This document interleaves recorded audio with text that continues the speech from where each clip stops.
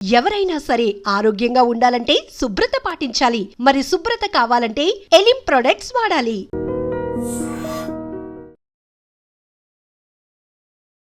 పెద్దోళ్ళం కాబట్టి మాకు ఏదైనా బాధ వస్తే మేము డాక్టర్ దగ్గరికి వెళ్ళి చెప్పగలుగుతాము. పసి పిల్లగాలను తీసుకొని వచ్చినప్పుడు అసలు ఎట్లా అర్థమవుతుంది వీళ్ళు ఎందుకు బాధపడుతున్నారని? చిన్నపిల్లల వైద్యం చెప్పకూడదు కానీ యానిమల్ వైద్యంతో సమానం. ఒక బేబీ ఏడుస్తుందంటే దానికి 70 రకాల కారణాలు ఉండొచ్చు. ఆకలి వల్ల ఏడుస్తుండొచ్చు, ఫీవర్ ఉండొచ్చు, దగ్గు ఉండొచ్చు.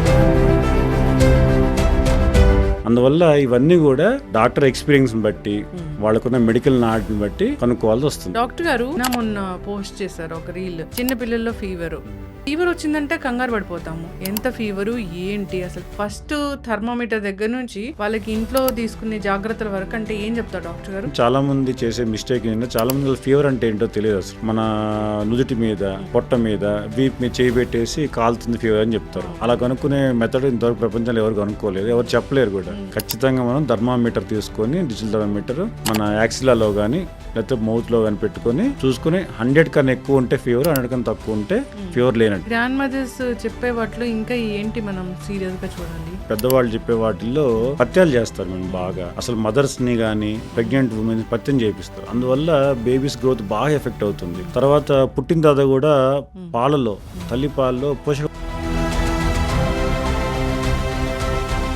Welcome to iDream media. So జనరల్గా చిన్నపిల్లలు మనకేదైనా పెయిన్ వచ్చినా, ఏమైనా జ్వరం వచ్చినా మనం చెప్పగలుగుతాం, కానీ పసిపిల్లలు చెప్పలేరు. చిన్నపిల్లల్ని పెంచే విషయంలో మనకి ఎన్నో డౌట్స్. సో వాళ్ళకి వాడే సిరప్ దగ్గర నుంచి వాళ్ళకి ఏదైనా ఒక అనారోగ్య సమస్య వస్తే మనం ఎట్లా రియాక్ట్ అవ్వాలనే దాని దగ్గర నుంచి చాలా రకాల డౌట్సే ఉంటాయి. సో చిన్నపిల్లల విషయంలో మనం ఎలాంటి జాగ్రత్తలు తీసుకోవాలి, సో ఏది నార్మలు ఏది అబ్నార్మలు, మనం పాటించే రిచువల్స్లో మనం ఏది తప్పుగా పాటిస్తూ ఉన్నాము, వాళ్ళకి ఎలాంటి అనారోగ్య సమస్యలు వస్తూ ఉన్నాయి, సో దీని గురించిన పూర్తి ఇన్ఫర్మేషన్ తెలుసుకుందాం. మనతో పాటు ఉన్నారు ప్రముఖ పీడియాట్రిషియన్ డాక్టర్ గౌతమ్ గారు from Sunrise hospital Khammam. Doctor గారు నమస్తే అండి. డాక్టర్ గౌతమ్ అనగానే ప్రముఖ పీడియాట్రిషియన్ అక్కడ మా ఖమ్మంలో సన్ రైజ్ హాస్పిటల్ ఉంది. అంటే జనరల్గా ఎట్లా ఉందంటే అక్కడ మా పిల్లాడిని తీసుకెళ్ళి ఒకసారి చూపిస్తే కనుక మాకు ఒక సాటిస్ఫాక్షన్ అనేది ఉంటుంది. మా అబ్బాయికి ఏం లేదు అనేది అదొకటి పడిపోయింది. ఎందుకంటే ఇన్స్టా రీల్స్లో మీరు చాలా ఫేమస్, చదువుకున్న డాక్టర్ అక్కడ మీరు. అంటే చిన్నపిల్లల విషయంలో డాక్టర్ గారు ఇప్పుడు నాకేదైనా పెద్దోళ్ళం కాబట్టి మాకు ఏదైనా బాధ వస్తే మేము డాక్టర్ దగ్గరికి వెళ్ళి చెప్పగలుగుతాము. పసి పిల్లగాలను తీసుకొని వచ్చినప్పుడు అసలు ఎట్లా అర్థమవుతుంది వీళ్ళు ఎందుకు బాధపడుతున్నారని? వైద్యం చదువుకుంటారు అదంతా వేరే, కానీ అసలు జనరల్గా యాక్చువల్లీ ఏం చెప్పాలంటే చిన్నపిల్లల వైద్యము చెప్పకూడదు కానీ యానిమల్ వైద్యంతో సమానం మేడం. ఎందుకంటే ఒక కుక్క పిల్ల లేకపోతే ఒక పిల్లి ఏదో మనం పెంచుకుంటారు వెటర్నరీ, వాటికి ఎలా బాధ వస్తే చెప్పలేవో పిల్లలు కూడా అదే విధంగా చెప్పలేరు అనమాట. సో మనం మన ఎక్స్పీరియన్స్తో మనం ఉన్న చదువు ప్రకారం నేర్చుకొని దాన్ని మనం కనుక్కోవాల్సి వస్తుంది. ఒక బేబీ ఏడుస్తుందంటే దానికి 70 రకాల కారణాలు ఉండొచ్చు. ఆకలి వల్ల ఏడుస్తుండొచ్చు, ఫీవర్ ఉండొచ్చు, దగ్గు ఉండొచ్చు, జలుబు ఉండొచ్చు, దురద ఉండొచ్చు, మంట ఉండొచ్చు, చెవి నొప్పి ఉండొచ్చు, యూరిన్లో ఇన్ఫెక్షన్ ఉండొచ్చు. సో ఇలాంటి చాలా కారణాలు ఉంటాయి. అందువల్ల ఇవన్నీ కూడా డాక్టర్ ఎక్స్పీరియన్స్ బట్టి వాళ్ళకున్న మెడికల్ నాలెడ్జ్ని బట్టి కనుక్కోవాల్సి వస్తుంది. ఓకే. అంటే జనరల్గానే ఇప్పుడు ఎక్కువగా నైట్లో ఏడుస్తుంటారు. ఇన్ఫాంట్స్ అయితే ఎక్కువగా నైట్లో ఏడుస్తూ ఉంటారు. ఇట్లా ఏడుస్తూ ఉన్నప్పుడు వెంటనే డాక్టర్ దగ్గర తీసుకెళ్లాల్సి ఉంటుందా? మేమేమైనా ఇంట్లో జనరల్గా ఈ టిప్స్ లాంటివి ఏమైనా పాటిస్తే సరిపోతుందా? జనరల్గా ఏడ్చేది చిన్నపిల్లలు 6 మంత్స్లో పిల్లలు చాలా కామన్గా ఉంటుంది ఈ ప్రాబ్లము. మెయిన్గా 4 ప్రాబ్లమ్స్ ఉంటాయి మేడం. ఎందుకు ఏడుస్తారు వీళ్ళు? ఫస్ట్ ఆకలికి ఏడుస్తారు. చాలామందికి మదర్స్ ఫీడింగ్ సరిగ్గా ఇవ్వరన్నమాట. సో ఫీడింగ్ సరిపోతుంది అనుకుంటారు, చాలా పాలు వస్తుంది అనుకుంటే మిల్క్ రావు వాళ్ళకి, అందువల్ల ఏడుస్తారు. ఫస్ట్ ఆకలి. సెకండ్ ఎత్తుకోవాలని ఏడుస్తారు. సో ఈ చిన్నపిల్లలు ఏంటి, ఉదయం అంతా నిద్రపోతారు, రాత్రంతా ఏడుస్తూ ఉంటారు. సో మనం పెద్దవాళ్ళు ఉదయం అంతా పనిచేసి నైట్ నిద్రపోతారు కదా, పిల్లలు రివర్స్లో ఉంటారు. ఉదయం అంతా నిద్రపోతారు, రాత్రి కూడా ఆడుకునే టైం. ఎప్పుడైతే ఆ టైంలో అందరూ పండుకొని పిల్లలు వదిలేస్తారో వాళ్ళు బోర్ ఫీల్ అయిపోతారు. ఎత్తుకోగానే వాళ్ళకి ఏడుపు ఆపేస్తారు. కేవలం ఎత్తుకోవాలనే బోర్ ఫీల్ అయ్యి ఏడుస్తారు అన్నమాట. సో ఎత్తుకుంటే ఆపితే మనం భయపడాల్సిన అవసరం లేదు. మూడో కారణం ఏంటంటే ఏదైనా యూరిన్లో ఇన్ఫెక్షన్స్ ఇలాంటివి ఉన్నప్పుడు ఎక్కువ ఏడుస్తారు పిల్లలు. సో మనం ఏమైనా యూరిన్లో అయినా పోసేటప్పుడు ఏడుస్తున్నాడా, మంటలాగా అనిపిస్తుందా మనం గమనించాలి. ఇంకో కారణం ఏంటంటే ఏదైనా అనారోగ్యం అంటే ఫీవర్ ఉన్నా కానీ, లేకపోతే చెవి నొప్పి కానీ, నోస్ బ్లాక్, హ్మ్. చిన్న కోల్డ్ ఉన్నా కూడా నోస్ బ్లాక్ అయ్యి బ్రీతింగ్ తీసుకోలేక ఏడుస్తుంటారు అనమాట. సో ఇలాంటివి చూసుకోవాలి. కాబట్టి ఎత్తుకొని ప్రాపర్గా ఫీడింగ్ ఇచ్చేసి హ్మ్. ఇంట్లో ఉన్న సమ్ కోలిక్ డ్రాప్స్ ఉంటాయి మన హ్మ్. దగ్గర అందరిలో, అవును. ఆ డ్రాప్స్, హ్మ్. అవసరమైతే పారాసిటమాల్. హ్మ్. పారాసిటమాల్ వల్ల ఫీవర్ తగ్గుతుంది, పెయిన్ కూడా రిలీవ్ అవుతుంది అనమాట. ఓకే. ఇవి ఇచ్చి చూసి అప్పటికి పిల్లలు ఏడుస్తూ ఉంటే ఇమ్మీడియట్గా హ్మ్. పిడియాట్రిషియన్ దగ్గర రావడం బెటర్. యెస్. పారాసిటమాల్ మంచిదేనా డాక్టర్ గారు? జనరల్‌గా అంత ఓకేనా? సైడ్ ఎఫెక్ట్స్ లాంటివి ఏమి ఉండవా? అసలు పారాసిటమాల్ ఒక్కటే హ్మ్. ఓకే డ్రగ్, నిజం చెప్పాలంటే. ఆ! నువ్వు ప్రపంచంలో ఏ దేశానికి పోయినా, హ్మ్.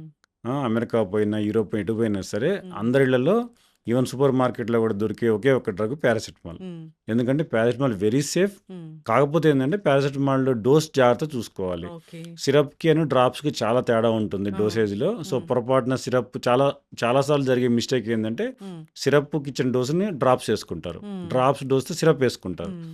డోస్ ఎక్కువ అవుతూ ఉంటుంది పారాసిటమాల్, అందువల్ల ప్రాబ్లమ్స్ వస్తాయి. కానీ హ్మ్. కరెక్ట్గా వాడితే పారాసిటమాల్ చాలా సేఫ్ డ్రగ్. హ్మ్. ఓన్లీ ఫీవర్కి కాదు, పెయిన్కి కూడా పనికొస్తుంది. ఓకే. చిన్నపిల్లల్లో ఫీవర్కి కానీ పెయిన్కి కానీ ఖచ్చితంగా మనం వాడాల్సిన ఫస్ట్ మెడిసిన్ పారాసిటమాల్. హ్మ్. డ్రాప్స్ అంటే ఎన్ని ఇయర్స్ వరకు? సిరప్ అంటే ఎప్పటి వరకు? అంటే డ్రాప్ జనరల్గా అయితే 6 మంత్స్ వరకు డ్రాప్స్ వాడతామండి. 6 మంత్స్ తర్వాత నుండి మనం సిరప్ వాడుతుంటాము. హ్మ్. కాకపోతే 1 ఇయర్ 2 ఇయర్స్ పిల్లల్లో కొంతమంది సిరప్ బాగా వామిటింగ్ చేస్తుంటారు. హ్మ్. అలాంటి వాళ్ళు డ్రాప్స్ కొద్ది క్వాంటిటీ ఉంటుంది కాబట్టి వాళ్ళకు కూడా హ్మ్. డ్రాప్స్ ఇస్తాం. ఓకే. వెయిట్‌ని బట్టి మనం ఇవ్వాల్సి ఉంటుందా? 100% పారాసిటమాల్ వెయిట్ని బట్టే ఇవ్వాలి. హ్మ్. మనకి 10-15 మిల్లీగ్రామ్ ఫర్ కేజీ అని హ్మ్. ఉంటుంది. హ్మ్. 6 గంటలకు ఒకసారి ఇవ్వాలి మనం. ఓకే. డాక్టర్ గారు, మీరు నిన్న మొన్న పోస్ట్ చేశారు ఒక రీల్ ఫీవర్ గురించి. ఎస్. చిన్న పిల్లల్లో ఫీవరు. అది ఎంత టఫ్ జాబ్ అంటే నిజంగా మనం పేరెంట్స్‌కి ఫీవర్ వచ్చిందంటే కంగారు పడిపోతాము. ఎంత ఫీవరు? ఏంటి అసలు? ఫస్ట్ థర్మామీటర్ దగ్గర నుంచి వాళ్ళకి ఇంట్లో తీసుకునే జాగ్రత్తల వరకు అంటే ఏం చెప్తారు డాక్టర్ గారు? అంటే ఫీవర్ విషయంలో మేడం చాలామంది చేసే మిస్టేక్ ఏంటంటే చాలామంది ఫీవర్ అంటే ఏంటో తెలియదు అసలు. హ్మ్. ఫస్ట్ మన నుదుటి మీద, హ్మ్. పొట్ట మీద, వీపు మీద చేయి పెట్టేసి కాలుతుంది ఫీవర్ అని చెప్తారు. అవును. అలా కనుక్కునే మెథడ్ ఇంతవరకు ప్రపంచంలో ఎవరు కనుక్కోలేదు, ఎవరు చెప్పలేరు కూడా. హ్మ్. చేతితో ఫీవర్ చూసే మెథడ్ లేదు. హ్మ్. ఖచ్చితంగా మనం థర్మామీటర్ తీసుకొని, డిజిటల్ థర్మామీటర్ హ్మ్. మన యాక్సిలాలో కానీ లేకపోతే మౌత్లో కానీ పెట్టుకొని హ్మ్. చూసుకొని 100 కన్నా ఎక్కువ ఉంటే ఫీవర్, 100 కన్నా తక్కువ ఉంటే హ్మ్. ఫీవర్ లేనట్టు. హ్మ్. సో మామూలుగా పిల్లల్లో కానీ ఎవరిలోని హెడ్ కొద్దిగా వేడిగా ఉంటుంది అవును. కంపేర్డ్గా, అందువల్ల అది చూసి మనం ఫీవర్ అనుకోకూడదు. సో ఫస్ట్ ప్రాపర్ టెక్నిక్ తెలియాలి, ప్రాపర్ థర్మామీటర్ వాడాలి. హ్మ్. సో అందుకు 100 కన్నా ఎక్కువ ఫీవర్ ఉంటే మనం ఖచ్చితంగా పారాసిటమాల్ వాడాలి. హ్మ్. అది కూడా జస్ట్ 100 ఉందనుకోండి ఫీవర్, పారాసిటమాల్ అవసరం లేదు. హ్మ్. మనం గోరువెచ్చని నీటితో తుడిస్తే సరిపోతుంది. హ్మ్. ఈ టైంలో కూడా మనం తీసుకోవాలి జాగ్రత్త. చాలామంది ఏమనుకుంటారంటే బాగా చల్లగా ఫీవర్ ఉన్నప్పుడు హ్మ్.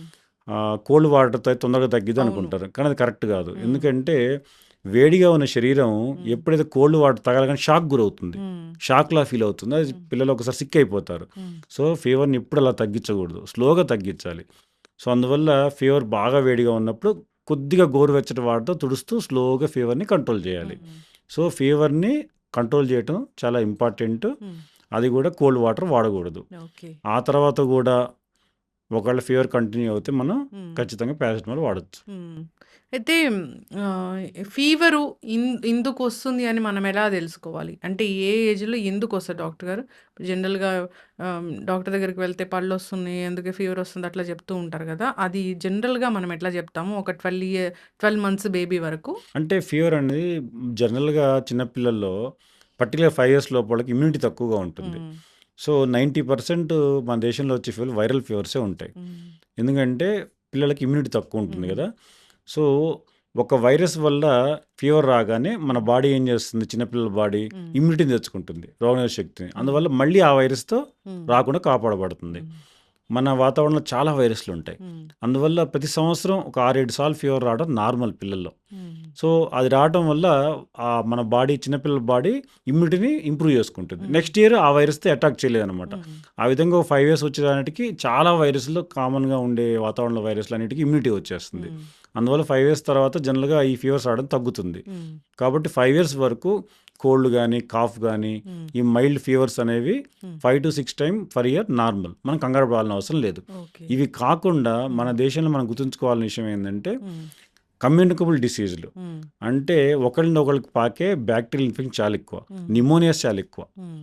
సో, మనం పుస్తకాలు చదివి హ్మ్. అన్ని వైరల్ ఇన్ఫెక్షన్స్ ఉంటాయి. హ్మ్. యాంటీబయాటిక్ అవసరం లేదు అట్లా అనుకుంటారు. హ్మ్. ఆ బుక్స్ అని రాసే వాళ్ళందరూ యూరోపియన్స్, అమెరికన్ వాళ్ళు రాస్తుంటారు. హ్మ్. వాళ్ళ కంట్రీస్‌లో ఈ బ్యాక్టీరియల్ ఇన్ఫెక్షన్ ఉండవనమాట. హ్మ్. కానీ మన దేశంలో బ్యాక్టీరియల్ నిమోనియాస్ చాలా కామన్. హ్మ్.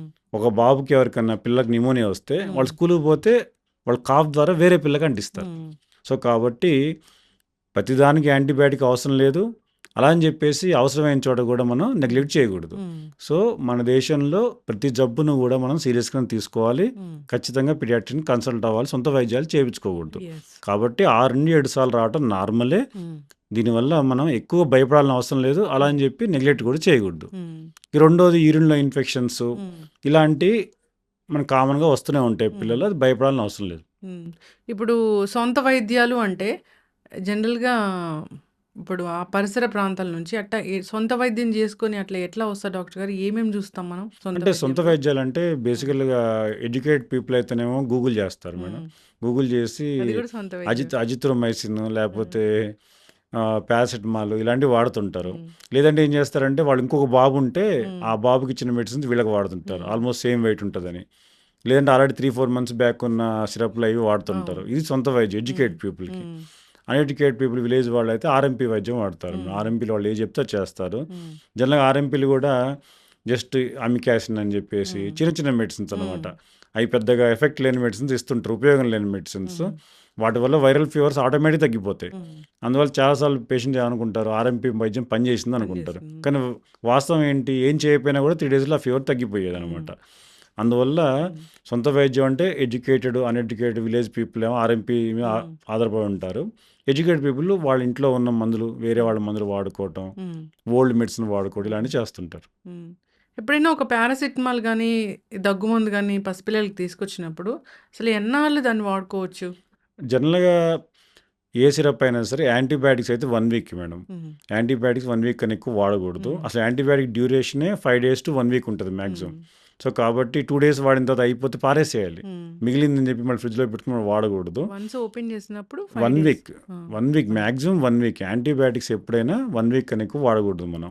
ఆ 1 వీక్ గూడా మనం ఫ్రిడ్జ్‌లో పెట్టుకుంటే బెటర్. ఒకవేళ ఫ్రిడ్జ్ అవైలబుల్ లేకపోతే కూల్ ప్లేస్‌లో ఉండాలి హ్మ్. యాంటీబయాటిక్స్. అలా కాకుండా కోల్డ్ సిరప్, కాఫ్ సిరప్ అయితే మనం ఖచ్చితంగా 1 మంత్ వరకు వాడుకోవచ్చు. హ్మ్. ఈ మల్టీవిటమిన్స్, ఐరన్ సిరప్స్‌లు ఉంటాయి. హ్మ్. కాల్షియం సిరప్ హ్మ్. ఇలాంటివి మనం 3-4 మంత్స్ వాడుకోవచ్చు. హ్మ్. ఎందుకంటే ఈ పెద్ద ప్యాక్‌లో వస్తాయి. హ్మ్.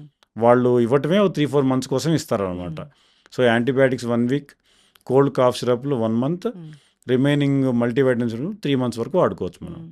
మల్టీవిటమిన్ జనరల్‌గా కూడా వేయొచ్చా డాక్టర్ గారు ప్రిస్క్రైబ్ చేయకుండా? మల్టీవిటమిన్ అందరికి అవసరం ఉండదు మేడం. హ్మ్. మల్టీవిటమిన్ అవసరమైన కొంతమంది పిల్లలుంటారు. హ్మ్. పర్టిక్యులర్‌గా ఫీవర్ ఉండి ఏదన్నా హెల్త్ బాలేకుండా రికవర్ అయ్యే వాళ్ళు ఉంటారు. రికవరీ స్టేజ్‌లో హ్మ్. వాళ్ళకి మల్టీవిటమిన్ ఇవ్వచ్చు మనం. హ్మ్. లేదంటే నిజంగా వెయిట్ తక్కువ ఉన్న వాళ్ళకి హ్మ్. ఇవ్వచ్చు.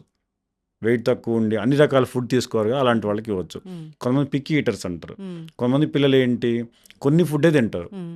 అన్ని రకాల ఫుడ్ తీసుకోరంట వాళ్ళు. హ్మ్. అలాంటి వాళ్ళకి ఇవ్వచ్చు. ఎందుకంటే అలాంటి వాళ్ళకి కొన్ని రకాలైన విటమిన్స్ హ్మ్. డెఫిషియన్సీ ఉంటది. హ్మ్. సో, పిక్కీ ఈటర్స్ అన్ని రకాలైన ఫుడ్ తిన్న వాళ్ళకి ఇవ్వచ్చు. నిజంగా వెయిట్ తక్కువ ఉన్న వాళ్ళకి ఇవ్వచ్చు. హ్మ్.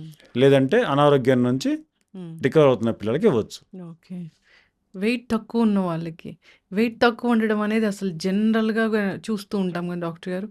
ఇప్పుడు నాకు ఒక 14 మంత్స్ బాబున్నాడు. వెయిట్ తక్కువ ఉన్నాడే అనిపిస్తుంటుంది ఎప్పుడు చూసినా. ఇప్పుడు ఫంక్షన్‌కెళ్తే కొంతమంది పిల్లలు ఇట్లా చబ్బీగా ఇట్లా బొద్దుగా ఉంటారు. మా వాడు చూస్తేనేమో ఇట్లా సన్నగా ఉంటాడు. అంటే అది అది ఎట్లా చెప్తాం మనం? అంటే హెల్తీగా ఉన్నాడు. అంతా బానే ఉన్నాడు. ఎట్లా చెప్తాం మనం? అంటే బాగా చెబ్బీగా ఉంటే ఆరోగ్యంగా ఉన్నట్టు కాదు హ్మ్. మేడం. మామూలుగా వెయిట్‌కి ఒక గైడ్‌లైన్స్ ఉన్నాయి. 1 ఇయర్‌కి మన ఇండియన్ పిల్లలు హ్మ్. 8 కేజీస్ ఉంటారు. అది ఓకే. Normal weight. 2 ఇయర్స్‌కి వచ్చేసరికి 9 గాని, 10 కేజీ ఉండే అవకాశం ఉంది. హ్మ్. సో, మనం గమనించాల్సిన విషయం ఏంటంటే, ఒకవేళ 1 ఇయర్‌కి 8 కేజీస్ అనుకుంటే, హ్మ్. అదే విధంగా పెరగాలని అనుకుంటే 10 ఇయర్స్‌కి ఎంత అవుతారు? 80 కేజీస్ అవుతారు. హ్మ్. 20 ఇయర్స్‌కి 160 అవుతారు. అంటే ఒక ఏనుగులా తయారవుతాం మనం. కాబట్టి మనం వెయిట్ ఎప్పుడు అలా పెరగదు. హ్మ్. వెయిట్ ఫస్ట్ 1 ఇయర్ బాగా పెరుగుతారు. హ్మ్. బాగా తింటారు, బాగా పెరుగుతారు. హ్మ్. 1 ఇయర్ నుండి 5 ఇయర్స్ మధ్య వాళ్ళ గ్రోత్ వెలాసిటీ తగ్గుతుంది. హ్మ్. సంవత్సరానికి కేజీ, 2 కేజీల కన్నా ఎక్కువ పెరగరు. హ్మ్. వాళ్ళు 5 ఇయర్స్ వచ్చేసరికి 15 కేజీసే ఉంటారు మళ్ళీ. హ్మ్. అంటే వాళ్ళు వెయిట్ పెరగట్లేదని కాదు. హ్మ్. అది నార్మల్ అన్నమాట. ఆ హ్మ్. టైంలో బాడీ యొక్క మన శరీరం యొక్క బ్రెయిన్ డెవలప్మెంట్ ఎక్కువ ఉంటుందన్నమాట. వాళ్ళు ప్రపంచాన్ని తెలుసుకుంటా ఉంటారు. సో ఫస్ట్ 1 ఇయర్ బాడీ బాగా పెరుగుతుంది. తర్వాత 5 ఇయర్స్ బ్రెయిన్ పెరుగుతుంటుంది. సో కాబట్టి ఇది నార్మల్ ప్రక్రియ. గ్రోత్ వెలాసిటీ కామన్‌గా తగ్గుతుంది. దాన్ని అర్థం చేసుకోక 1 ఇయర్ వరకు బాగా తిన్నాడు, బాగా పెరిగాడు. ఇప్పుడు 2 ఇయర్స్ అసలు ఏం పెరగట్లే అంటారు. కాబట్టి మనం వెయిట్ చూసుకోవాలి. Normal weight chart. వెయిట్ చార్ట్‌లో వెయిట్ నార్మల్‌గా ఉండి యావరేజ్ ఉంటే చాలు. మన హైయెస్ట్‌లో ఉండాల్సిన అవసరం లేదు. సో యావరేజ్ వెయిట్ ఉండి హెల్తీగా ఉంటే మనం భయపడాల్సిన అవసరం లేదు. వెయిట్ గెయిన్ అవ్వడానికి ఏదైనా ఒక సిరప్ గానీ, ఏదైనా ఒక ఫుడ్ గానీ అట్లా ఏమైనా ఉంటుందా? వెయిట్ గెయిన్ అవ్వడానికి మెయిన్‌గా మనకి ఫుడ్ వచ్చేసి ఒక 5 రకాల ఫుడ్స్ మనం చెప్పుకోవచ్చు మేడం. ఒకటేంటంటే మనం నెయ్యి. ఇంట్లో తయారు చేసిన నెయ్యి చాలా హెల్తీ. 1 ఆర్ 2 టీ స్పూన్స్ నెయ్యి మనం తినే ఫుడ్‌లో దేనిలో అన్నం కావచ్చు, పప్పు కావచ్చు, ఇడ్లీ కావచ్చు, దోసలో కలిపి ఇవ్వచ్చు డైలీ. రెండోది ఏంటంటే ఫ్రూట్స్. ఫ్రూట్స్‌లో కూడా సపోటా ఒకటి, బనానా ఒకటి, మ్యాంగో ఒకటి సీజనల్‌గా. ఇవి చాలా weight gaining fruits, healthy fruits అన్నమాట. ఇవి ఇవ్వచ్చు మనం. తర్వాత వెజిటబుల్స్‌లో కూడా పొటాటో ఒకటి, బేబీ కార్న్ ఒకటి, బీట్రూట్ ఇలాంటివి ఇవ్వచ్చు మనం. తర్వాత బేబీ కార్న్ ఇవ్వచ్చా డాక్టర్ గారు? బేబీ కార్న్ ఇవ్వచ్చు కదా. బేబీ కార్న్ కూడా హెల్తీ ఫుడ్డే. సో జస్ట్ దాన్ని బాగా ఎస్ ఫుల్ కుక్ చేసేసి కుక్ చేసి ఇవ్వచ్చు. తర్వాత మనకి వచ్చేసి డ్రై ఫ్రూట్ పౌడర్ అనమాట. డ్రై ఫ్రూట్స్ మొత్తం పౌడర్గా చేసి 1 ఆర్ 2 టీ స్పూన్స్ మనం ఫుడ్లో యాడ్ చేయొచ్చు. ఇవన్నీ నిజంగా వెయిట్ తక్కువ ఉన్న వాళ్ళకి. కానీ మనకున్న ఇప్పుడు పరిస్థితుల్లో అందరూ నార్మల్ వెయిటే ఉంటారు మేడం. ఎవరో ఒకళ్ళు తప్పితే ఆ పరిస్థితి లేదు అసలు.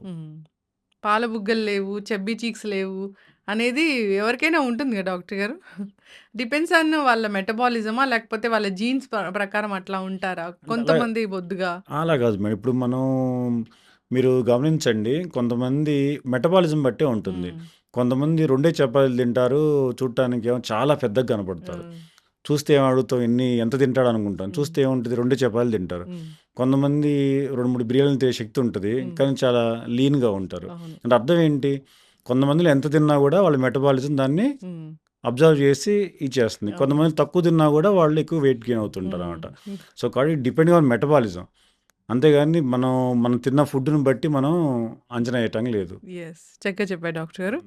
అయితే ఇప్పుడు చిన్నపిల్లల్లో మోస్ట్ కామన్‌గా చూస్తాం ఏంటంటే, కొంతమందికి జుట్టు బాగా ఉంటుంది. కొంతమందికి అసలు జుట్టు ఉండదు. దాన్ని ఏదైనా డెఫిషియన్సీ లాగా చూడాలా? దాన్ని ఎట్లా చూడాలి మనం? నార్మల్ లాగా అంటే చూడాలా? 1 ఇయర్‌లో పిల్లలకి జుట్టు పొయ్యి రావటం కామన్ అది. అది న్యాచురల్ ప్రక్రియ అనమాట. దాని గురించి మనం భయపడాల్సిన అవసరం లేదు.